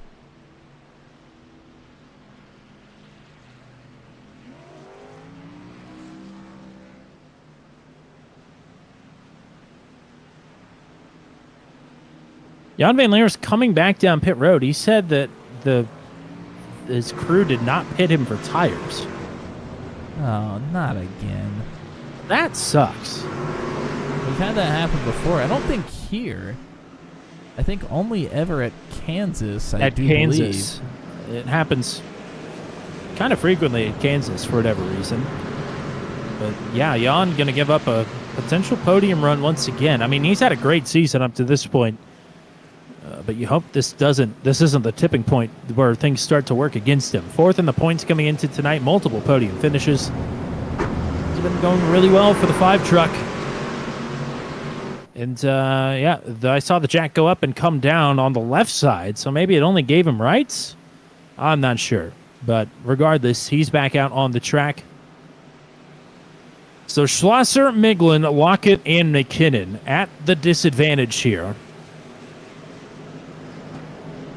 on the older tires. We just saw this with a different group of 5 people, 2 of which are right behind him now, Poliski and Engrav. I mean, Poliski and Engrav seem, if all things stay green, which hasn't been the case so far tonight, they seem to be in the driver's seat here.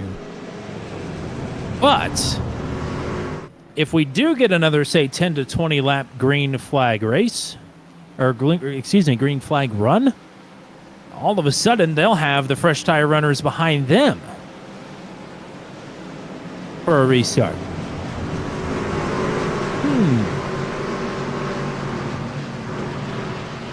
Yeah, Nathan Reynolds would remember when he pit and did not get tires. That was the first time we'd ever seen it happen. That was at Kansas, and then happened again, and I believe the maximum velocity tricks. It did.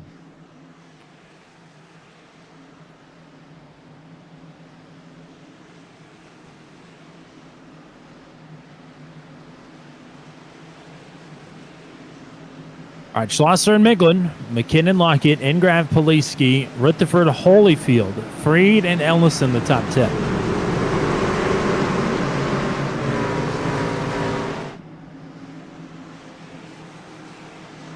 Coming to 107 of 150. Working our 9th caution of the night.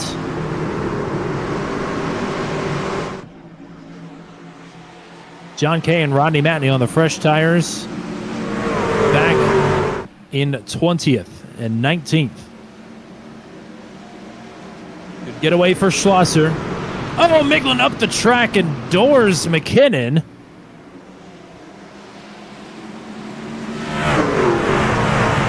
McKinnon fighting back.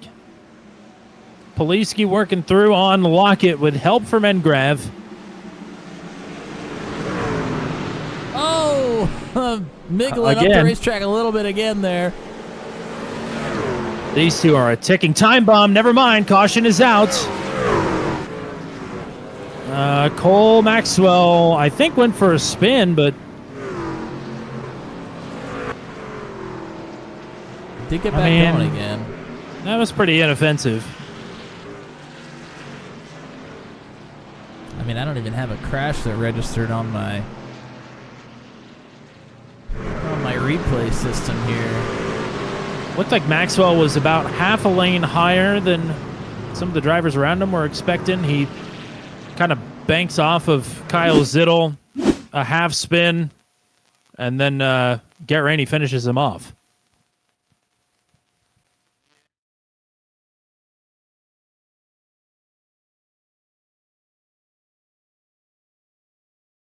Maxwell's, I think, on potentially on older tires. I know Rainey and Zittel had just come down pit road.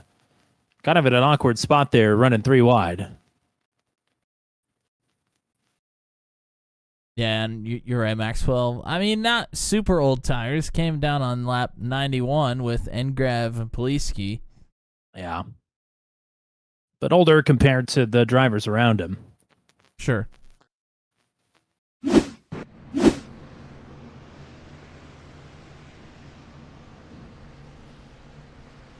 Car Inside and Nathan Reynolds in the chat.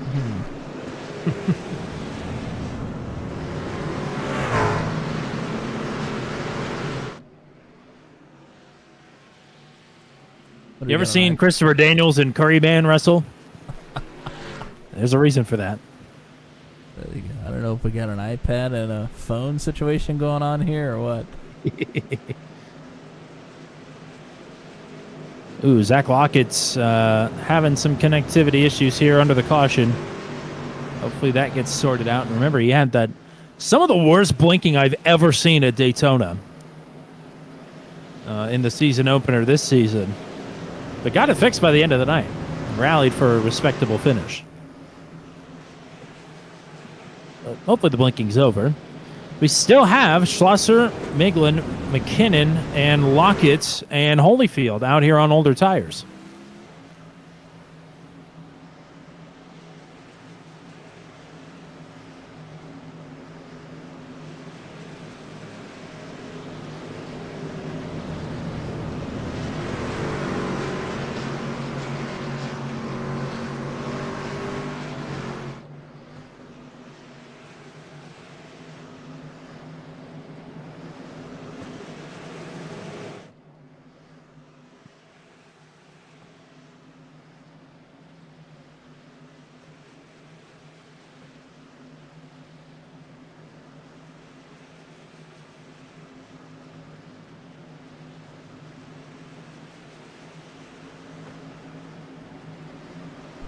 There's Josh Rutherford in the chat saying hello. Getting to catch a little Venom action here tonight. We get to hear his banging theme song tomorrow night. Yeah, baby. For the first time in months. Like, look up Mullet Music Productions on your favorite music streaming service. I was going to say, I've listened to it on Spotify. But it's the first time in months we get to listen to it collectively with the masses. With the video attached as well. It does help, but it is a great song.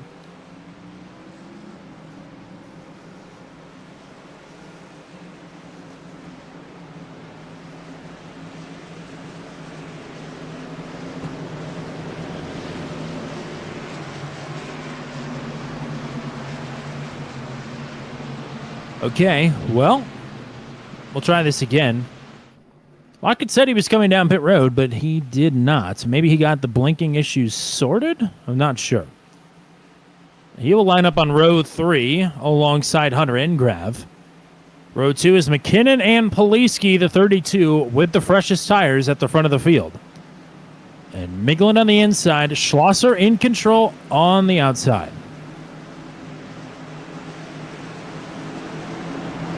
I'll tell you this much, it has been a chippy night over the radio. I can imagine. We've had a lot of little incidents here, and some not so little. Yeah.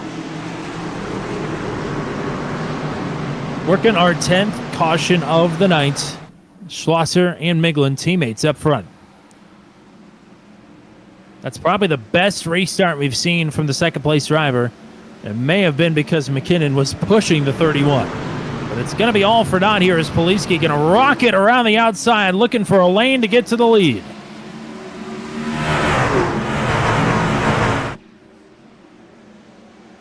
Engrav going to follow through. Poliski to the bottom.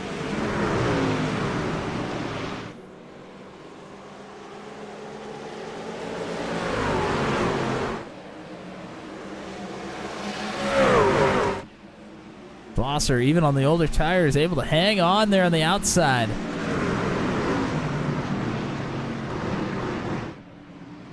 One off in the grass. It's Josh Jackson. I think everybody saved it. Here we go for the lead.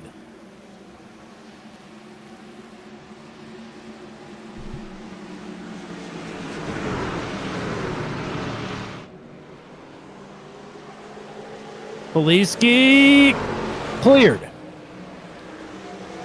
Not going to take it, though.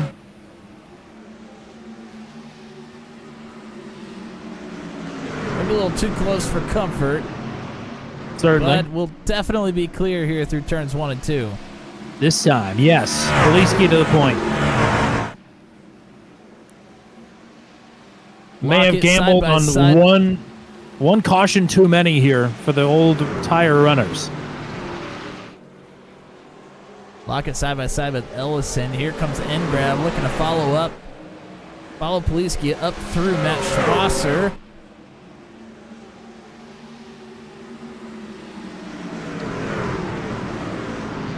This should be no problem. May take a couple of turns. Schlosser going to fight back hard around the outside here.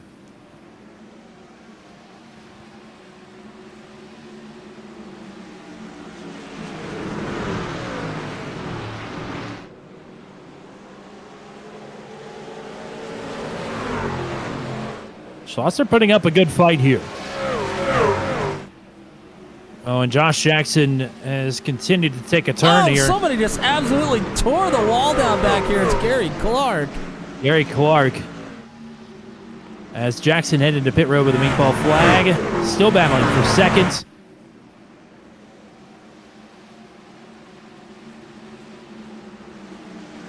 Poliski with a half a second lead.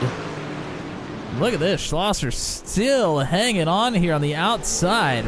Running it beautifully, but Engrav finally through. It took a lot longer than Engrav would have liked.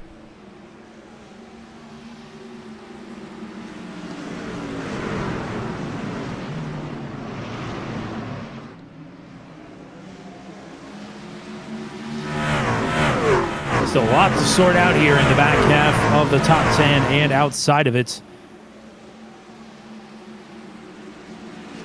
Ronnie Matney and John Kay on some of the freshest tires in the field, trying to work their way back up through the field. Currently in 8th and 10th.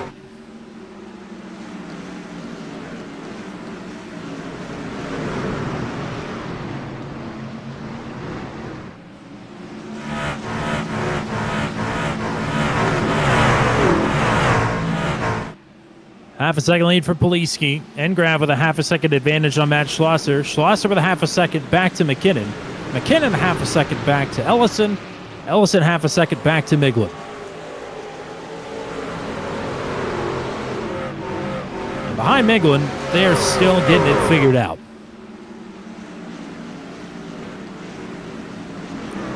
Freed tried to take a poke there to the inside of the 31. Nothing going. Freed now might be under fire from Matney. Zittel and Lockett side by side for the 10th spot. Here goes Matney to the inside of the 39. Freed way up the track.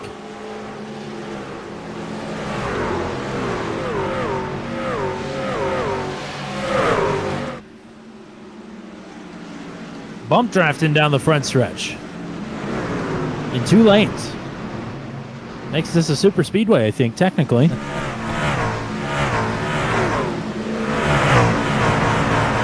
Zittel able to slip ahead of Lockett. That moves him into the top 10. Matney not able to get the job done. Now John Kay's gotten past Matney, trying to move around the outside to gain some positions. He might get himself boxed in. But can he find a way through? Might be able John to Kay. push. Miglin out in front of... Oh, he's going to go 3 wide up the middle. And Miglin rolls out. He has to. He almost gets up into the wall. And that is a lane made for John Kay. He has the freshest tires in the top 10. Multiple hierarchies of tire life here. They are 3 wide just outside of the top 10. Chad Stearns on the bottom making his way through.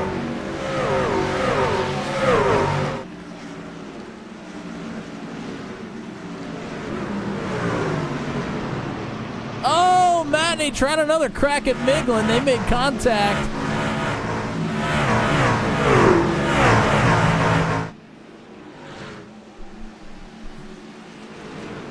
He'll get it this time.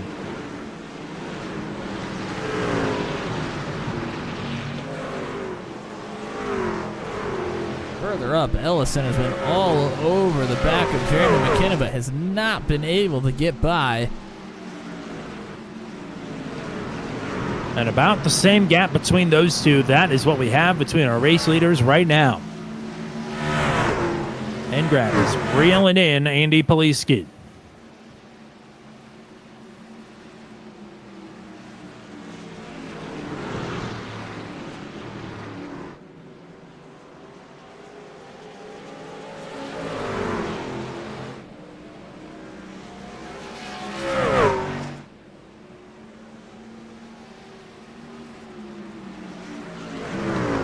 Josh Jackson coming down pit road. Maybe the end of his night.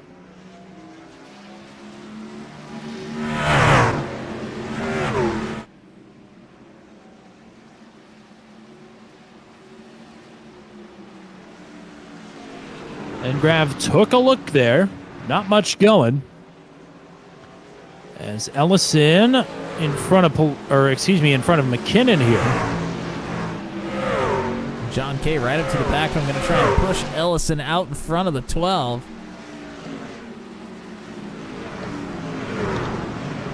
He does not need to waste any time here. Coming up to only 25 to go.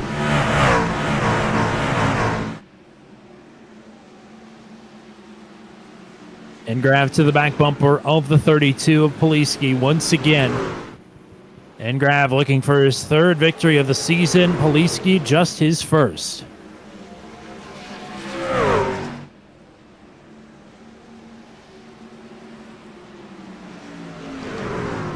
John Kane be looking for his fourth if he could pull it off.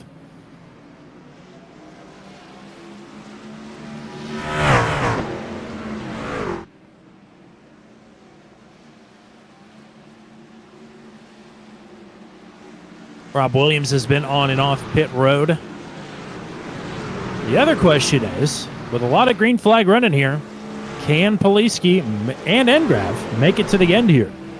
Well, also Matt Schlosser sitting here in third. He came down pit road on 76. I would assume he's going to have to come down pit road. Certainly would think so. That would be Schlosser, Lockett, Holyfield, McKinnon, and Miglin all, I think, are on that same strategy. Just gambled on maybe one too many cautions like Jeremy McKinnon did last week. Certainly not out of the question that we could get another one here, though. We're going to go to the cockpit of Hunter Engrav as he is starting to try and put some moves on Poliski here. He's taken a couple of peeks to the inside. Just has not quite been able to get it done. Also get to take a look at a couple of stooges there on the back bumper of Poliski. I didn't even realize that was there. And Poliski and Engrav both running turn 200 trucks, and now they're running side by side for the race lead. Oh, and they're running into the doors! Oh, and again! Contact.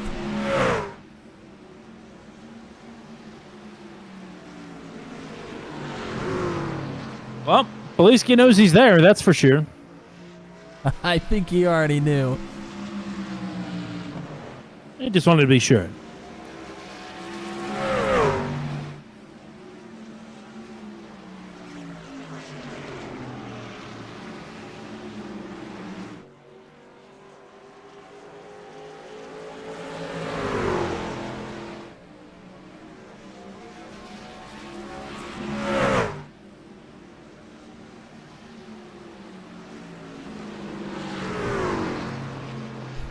So Engrav had a go. Now he's kind of settled back in a little bit, waiting for his next opportunity. Meanwhile, Schlosser getting worked over by John Kay. These two are about 2 seconds and change behind this battle for the lead. Looking at lap times, they are pretty much even. K is maybe a tenth or two faster than the two race leaders. But with this much time remaining, that is not going to be enough. Granted, K being slowed up a little bit here by Schlosser. Oh, no trouble. Caution. Kyle Zittel. And there is that caution that Matt Schlosser wanted. The problem is the drivers around him all are out of tires. But it will at least keep him on the lead lap. Oh, boy. This has certainly changed things. I mean, this race has been nothing but change. Nothing has been a certainty or guaranteed or anything of the like. This has been a wild one tonight, and we're not even to the finish yet. Oh my, this is an interesting incident here.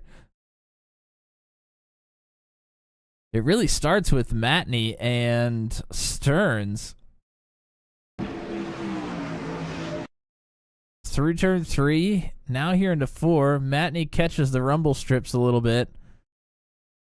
And Stearns not giving him a whole lot of room to work with, walks it up into the left side of the 05. Causes both of them to lose quite a bit of speed, so Zittel's here with a full head of steam. And instead of pushing Stearns, he elects to try and split the uprights between them. And I don't think Matney was expecting him to be there. It did not give him much room. Zittel gets into the back of Stearns, into the side of Matney, and gets turned straight into that inside wall.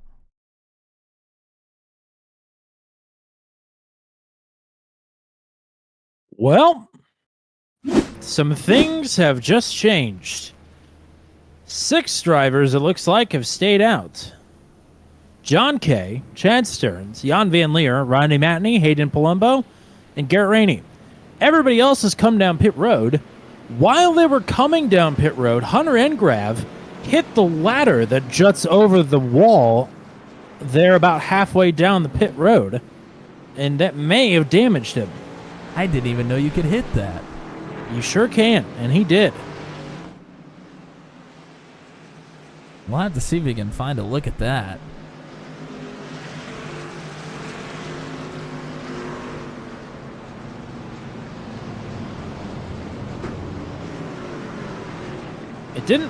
It cost him maybe a spot to Matt Schlosser.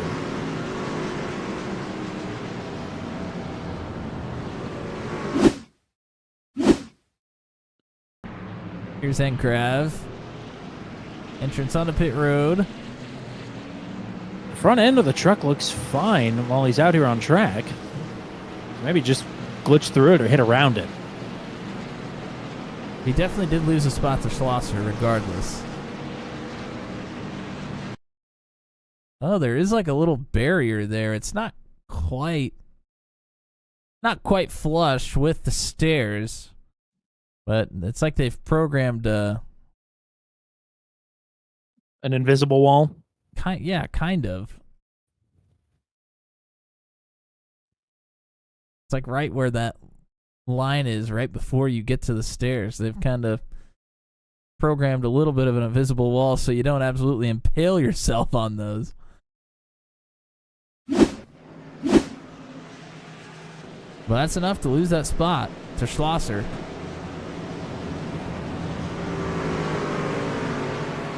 Well, you're going to love this.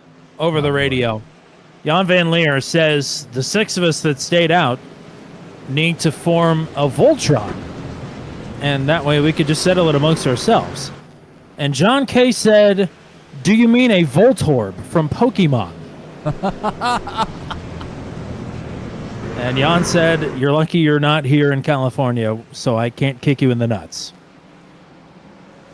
And you know what? I'm not a big Pokemon guy, but I kind of feel similar to that, to be honest. But I will say, John Kay in a great spot here, all of a sudden. Coming to 15 laps to go in this race, he leads the way. Chad Stearns, Rodney Matney, Jan Van Leer, Garrett Rainey, Hayden Palumbo are the top 6. And then it's the fresh tire runners behind them. The Below to 79, the stairs, I think, would be fatal. Probably. Certainly would rip the tire off. Even with the dummy wall. Well, But hopefully we don't have to find out. Yeah, hopefully not. Kay is hoping that the other drivers that stayed out just fight absolute tooth and nail with those drivers on fresh tires behind them, so they can't even get close. Is that enough of a barrier with 15 laps to go? I don't know if that'll even be able to be effective. We're going to find out. So much to be determined still. Kay with a good jump. Stearns immediately to battle here with Rodney Matney for second.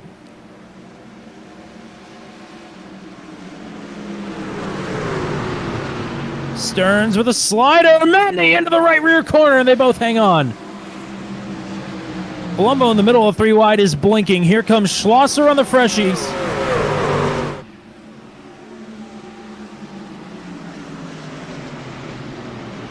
Engrav sending it. Whoa! Jeremy McKinnon just picked up 4 spots in turn 4. Wow, I thought Freed was going around. He made a good save there. Everybody is going every which way here. John Kay is trying to get away, but look at Max Schlosser! He picks up 3 out of 2. Schlosser is here. And this is trouble for the top 2. Wow, look at Poliski around the outside. Engrav, Schlosser, and Poliski slicing and dicing on fresh tires. Voltron be damned. Fresh rubber. Gonna win the day, it looks like. I think John Kay is in trouble as well as Chad Stearns here. Oh! Schlosser pulls down in front of Engrav. Caution is out. Tyler Logan for a spin. Others collected there in turn number 2. And this just serves to lengthen the inevitable, apparently. At least I think. I think that's caution number 12. And it falls at a very interesting time here. Oh, Chad Stearns is out. What just happened? Did he disappear? No, he is like gone. He disconnected from second.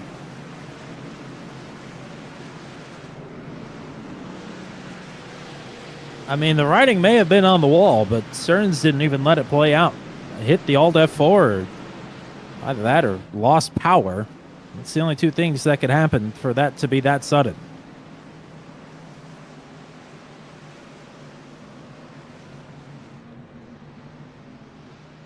Well, I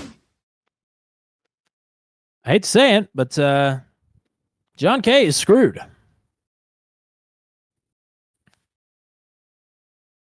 Not quite sure where this one went awry. Oh, you see Maxwell sideways in front of Logan. Oh, it happened in front of them.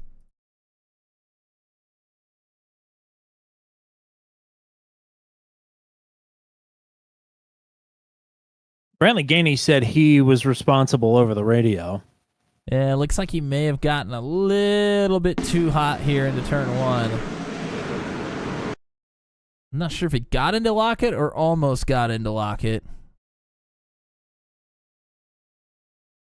Oh, there was definitely contact. Maybe not, but he just spun it out trying to not hit the 93.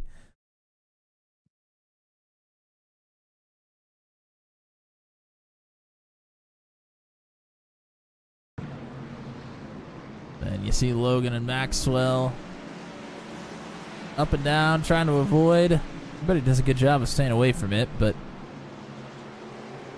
And a good job by Brantley, by the way, to not hit Lockett up into the wall. Ended up spinning himself out, getting on the binder so hard instead of making contact.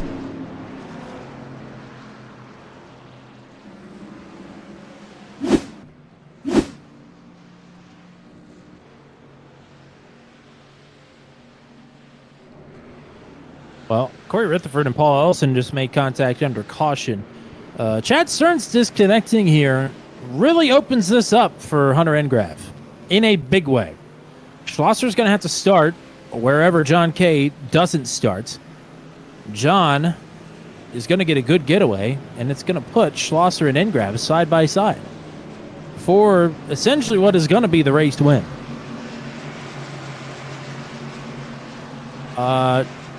To Joshua's question, I believe Brands Hatch Indy, Homestead, Spa, Phoenix, and Gateway, I think. I put the full list in the announcements in our Discord server.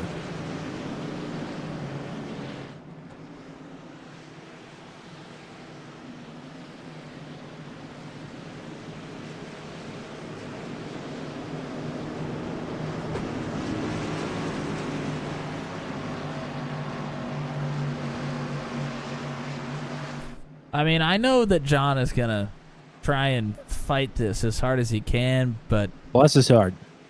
this just seems nearly impossible. A nearly impossible task for the two, it would seem. The odds are up against John Kay, who's in a position to take risks. I mean, he has nearly a full race lead on Hunter Engrav in second. Just a question of how far back is he going to fall? Or if we keep stacking up cautions, I think that's the only thing that's going to keep him with a decent finish here.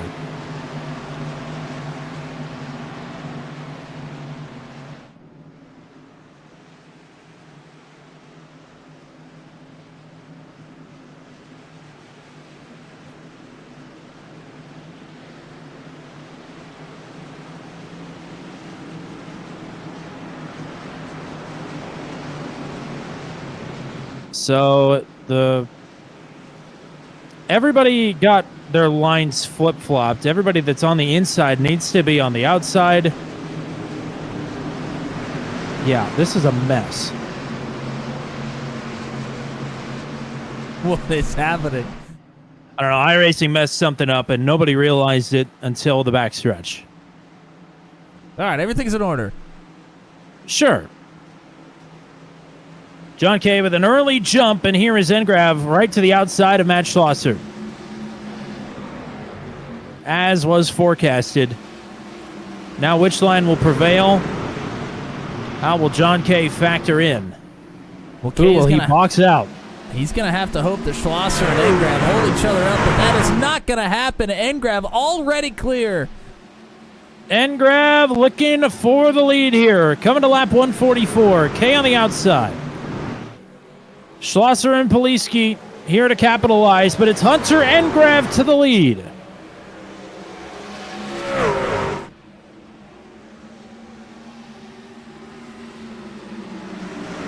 Wow. Okay, trying to squeeze Schlosser. Schlosser contact with Poliski, able to keep it straight, but loses tons of track position. 2, 3, 4, 5, 6, 7 positions for Schlosser.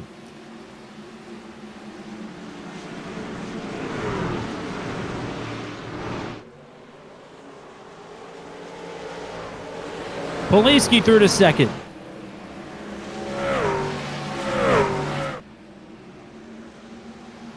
Engrav up front, the purple lap of the race. He is checked out. He wants this thing to stay green. John Kay's loose. He's down on the grass. Kay into the inside wall hard. Will stay green. McKinnon now to third. Kay with a meatball flag.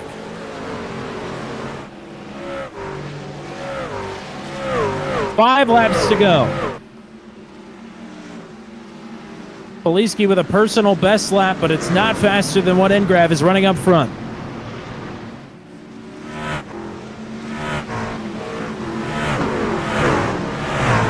Schlosser, mired in traffic, has been 3 wide with Ellison and Miglin for almost a full lap. Now tucks in behind.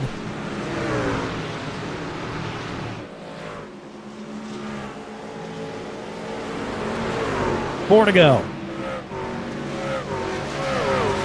Engrav faster than Poliski.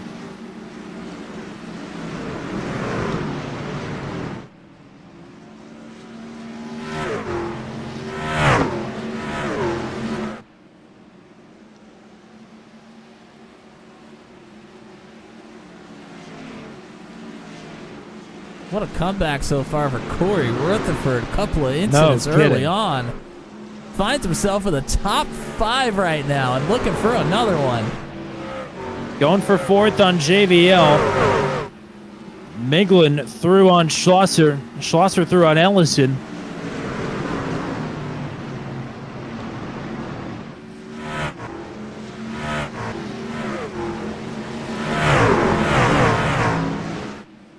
Oh, now Rutherford getting trained here on the outside.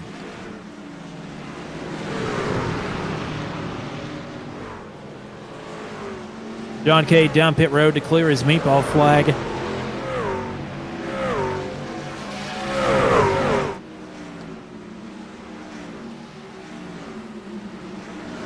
Two laps to go. Engrav needs to make it 3/4 of a mile to make this race official. Oh, Jan Van Leer into the wall. Oh, boy. Jan going backwards in a hurry. Kay gonna pull down to the apron, doesn't want to get in anybody's way. Engrav with bated breath to the line. The white flag is out. This race is official. And there is no challenge from behind for Hunter Engrav in search of his 3rd win of the season. So much battling going on in the top 5 and the top 10. But by nearly 2 seconds, out of turn number 4, Hunter Engrav will take his 3rd win of the season here at turn 200's Great Googly Moogly at Gateway. Poliski 2nd, McKinnon with another podium.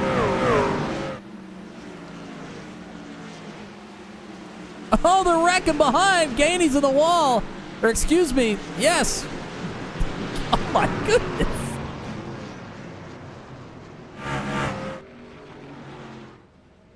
Brantley Gainey across the line will finish 20th. Oh boy.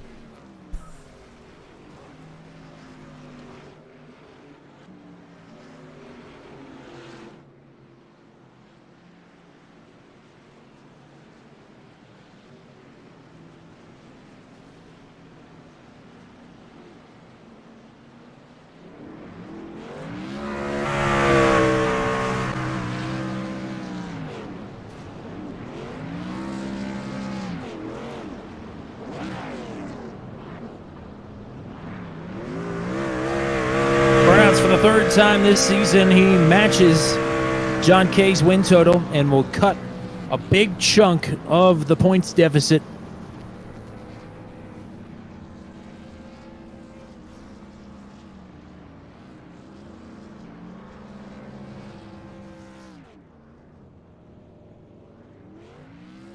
We questioned the initial strategy, but in the end, it didn't really matter. Because there were so many damn cautions, there was no strategy tonight. Yeah, there were too many cautions for it to matter, for sure. I don't know. I think if we maybe would have stayed green, maybe would have been at a disadvantage. Really hard to say, though. He was going to end up being able to stay out a little bit longer than some of the others and still could have put himself in a really good spot there. So the celebrations have wrapped up. I don't believe we're going to hear from Jeremy McKinnon tonight. I believe that he is going to send us a message, though, of what he wants to say. But we'll take a look at your full finishing rundown here. Engrav with the win, his 3rd of the season. Poliski with another podium. That's 2 podiums in a row for driver 32. He's on a roll. McKinnon back to his podium ways, his 2nd of the season. Dan Miglin, another top 5. For driver number 31. In fact, that is his 3rd top 5 of the season. Well done for him. Good recovery for Matt Schlosser. I'm sure he is going to be disappointed to take a 5th place here tonight, but that is his 3rd top 5 of the season. Corey Rutherford with a best finish of the season. That is his first top 10 of the season. Nice 6th place run for him. Paul Ellison did not seem to be very happy after this one, but that is his 4th top 10 of the season. He will finish in 7th. Josh Freed, way to stick it out here for the driver who started 21st tonight. He will finish in 8th. Jan Van Leer was looking really good there and will slide back to 9th in the closing laps. Zach Lockett up 16 spots here tonight. Well done for him to get another top 10, third of the season for him. Tyler Bergert in P11. That is a best career finish for driver 44. Congratulations to Tyler Bergert. Garrett Rainey will finish in 12th. Joshua Modicek in 13th. Austin Holyfield in 14th. Hayden Palumbo will round up the top 15. Steve Roman back in 16th. Rodney Matney going to be disappointed with the 17th place finish tonight. Tyler Logan in 18th. Rob Williams in 19th. Brantley Gainey will finish in 20th. Kyle Zittel, 21st. Cole Maxwell, 22nd. And Eric Breeding, the last driver on the lead lap, in 23rd.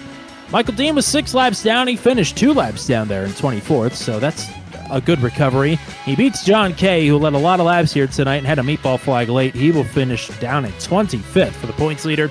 Josh Jackson in 26th. Then DNFs for Chad Stearns, Gary Clark, Luke Peterson, Paul Sargent, RJ Starcevic, Pascal Samard, Kenneth Graves, and Jordan Jorno. The 34 drivers that took the green flag here tonight. Jeremy McKinnon says, hard-fought battle, lots of fun. I have to apologize to just about everybody, and I want to say thanks to the booth, my teammates, my wife, and my kids. So congratulations to Jeremy McKinnon on his second podium finish of the season, his first one since the season opener at Daytona, and that is his third top 10 of the season as well. So now we'll go in search of his teammate, Andy Poliski, who will bring it home on the podium for the second week in a row. And it's a second place finish here tonight, creeping closer to that first win. Solid run here tonight. Congrats. Yeah, absolutely. Slowly climbing the ladder. I think we had a 4th and then a 3rd, now a 2nd. So maybe next week we'll finally be in the victory lane. So great run tonight. I really, really hate getting into Matt there. I don't know. I guess I got in it a little quick. Hopefully he caught it. It seemed like he did, or at least what I heard he did. But overall, great race. He slipped back to 9th and ended up recovering to 5th. So he recovered quite well. But yeah, hard racing up front all night. Such a revolving door of characters here that we normally save for the super speedways. But everybody and their brother wanted a crack at the lead. You led quite a few laps here tonight and drove through the field there on fresh tires late. This race, strategy-wise, for us in the booth was hard to pin down. I'm sure it was for the drivers as well. Oh, absolutely. It was hard to guess kind of when to pit, when to not pit. The fall off was kind of weird. Seemed to fall off really early, but then kind of stabilized. So new tires were really, really good early, especially after like 10 laps. Matt, what do you got? Well, congrats on a great run here. I guess you maybe just answered my question with, fresh tires being really good for 10 or 15 laps. Was there any thought of staying out there? That final caution that you came in on lap, I want to say around 130 to take tires. Were you thinking about staying out with some of the others, or were you coming in the whole time? I was coming in the whole time. I had cooked the tires trying to stay ahead of Hunter there and get back up through the field. So I was starting to get really, really tight on exit. So my plan was to get tires and hope for the best. All right, you're on a roll. 2 podiums in a row, a 3rd and a 2nd, maybe a 1st next week. I don't even remember where we're at next week, but should be a good time regardless. You have the hot hand, so congrats to you. Anybody you want to shout out or say hi to? Absolutely. I think we're at Concord next week. And yeah, we are at Concord next week. Trucks are kind of my thing, so looking forward to that. I want to thank my wife and daughter. They support me. My family actually supports me a lot in this stuff. My sponsor, Nissan Wichita Falls. You guys in the booth. Glad to have another good finish with your guys' logos on my truck. Everybody in the league, great racing week in, week out. A lot of fun. Anywhere in the field, it's a blast all the way through the field. Whether you're in the front, whether you're the back, everybody's good. It's just good racing everywhere. So keep up the good work, guys. Everybody got the tinfoil hats on because the Turn 200 trucks finished 1st and 2nd here tonight. But regardless, congrats on a good runner-up here, and we'll hopefully get you one better in Concord next week. Yes, sir. Hopefully so. God, that race is going to be a disaster next week. That'll be interesting. Hunter and Grav and Booth 200 is a winner with the Venom Truck Series for a third time this season. What a wild night. What a up and down roller coaster of a night, but you come out on top here. Congratulations. Thank you. And I'm pumped for this one. Yeah, why this one in particular? Just horrible strategy actually paid off for once. It was just tough racing a lot, but now this one was definitely probably one of my favorite ones. I made this point as we were coming to a close at this race, that this race, with all the cautions and so many people just swinging for the fences on strategy, you stayed out early again and were the only one to do it. And we kind of questioned it, but then it just didn't end up mattering with how the cautions fell and how the runs kind of played out and how you were able to come through the field on fresh tires. Just so much uncertainty, I'm sure, from the cockpit of the truck all night. Yeah, I was hoping on the one I stayed out that it would go a little bit longer so they would have a little more wear on their tires, but they didn't. And I had like 9 laps of fuel left, so I just pitted and I had to be patiently working my way up through the field. Got up there then. A yellow kind of didn't fall when I wanted to, but then there was a few that did. But I just know no matter how fast you are, you always have to have luck in any racing. So at least the luck was on my side tonight for once. Matt, what do you got? Yeah, congrats on the race win. It certainly you finally got it to fall your way for sure.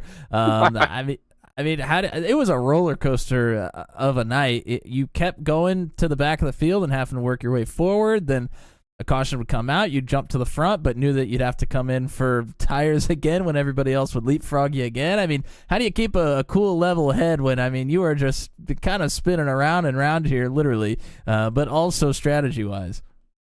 I'll be honest, it wasn't 100% cool head all the way tonight. Yeah, there was an interest moment in the race where Chad tried to make it 3 wide where there should have been a 3 wide, but we survived. I thought my night was going to end right there, but luckily it didn't. But it was just try to be patient coming up through the field. Sucked that we were off tire strategy. For a while, I was worried that John was going to catch me and Andy before the last yellow, so I was just trying to work with him. I didn't want to lose tons of time, but if I had a really good run, I was going to try and make it. But I just was trying to bump draft down the fairways to build that gap.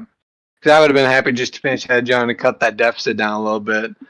But then the last yellow fell, and then it was just, I didn't know if we should have taken tires. Glad we did. It just kind of fell right. And that last yellow with a wonderful iRacing glitch that helped me get to the outside, I think definitely helped me a lot. If I was on the bottom, where I technically should have been, I don't think I would have won it. I think it would have been Andy's to win. I got 2 small questions for you here. First of all, did you hit the stairs down pit road? Yes, I did. I've done multiple times. I told Corey in practice, do not hit the stairs, and then I hit the stairs. So, thank goodness this time it didn't catch me, because I've done the 5th races where it just catches me and stops me.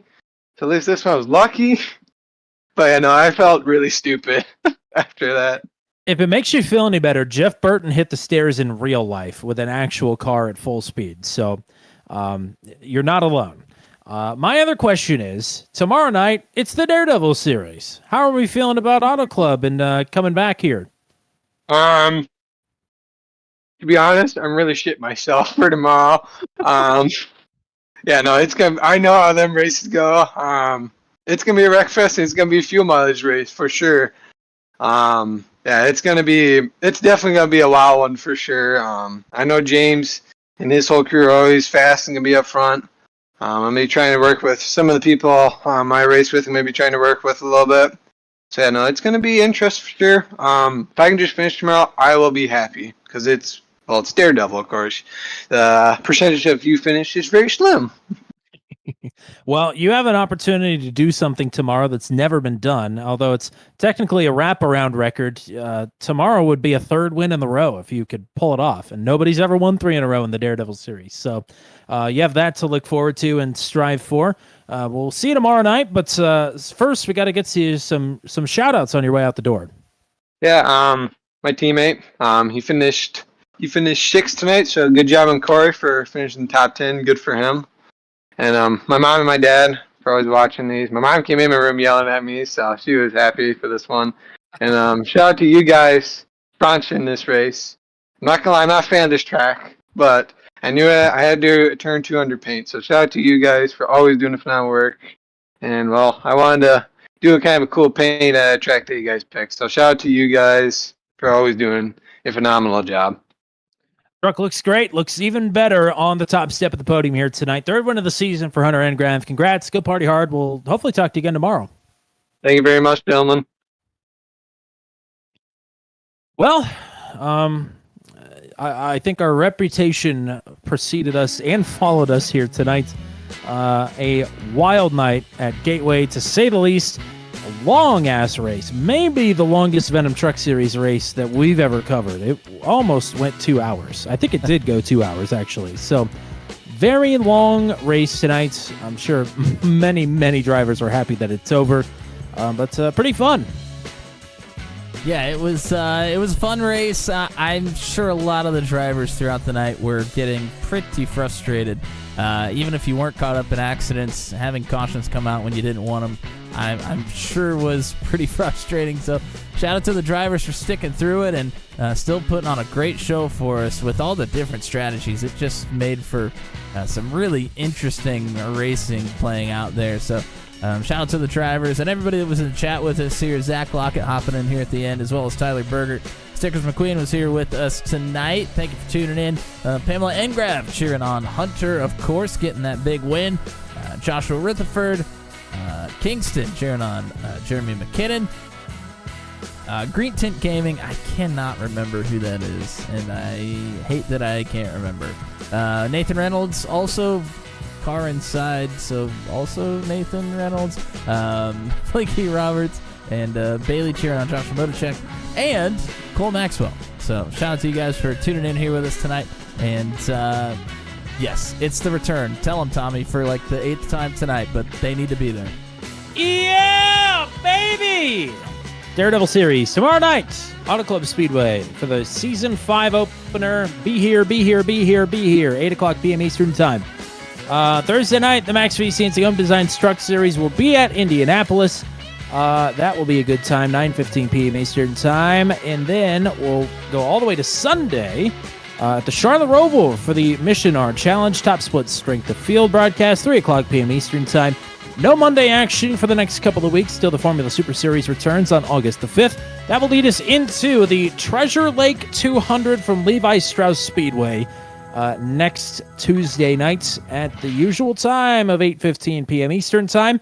Levi Strauss Speedway is the name of the Concord Raceway on the old EA Sports NASCAR games. For anybody that didn't catch the inside baseball there, Corey Rutherford sponsoring that race, but electing to call it the Treasure Lake 200. Pretty cool deal. The half-mile triangle, I'm telling you right now, we are going to set the caution record next week. It's going to happen.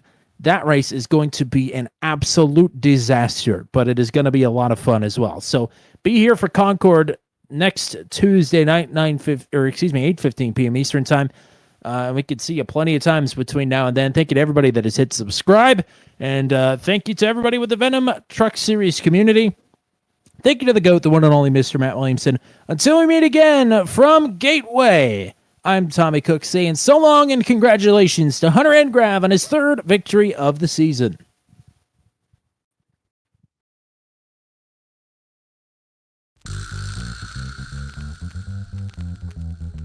This has been a live broadcast on Turn 200. Be sure to hit subscribe and hit the bell to get notified of when we go live next. Thank you very much for joining us, and we'll see you again soon.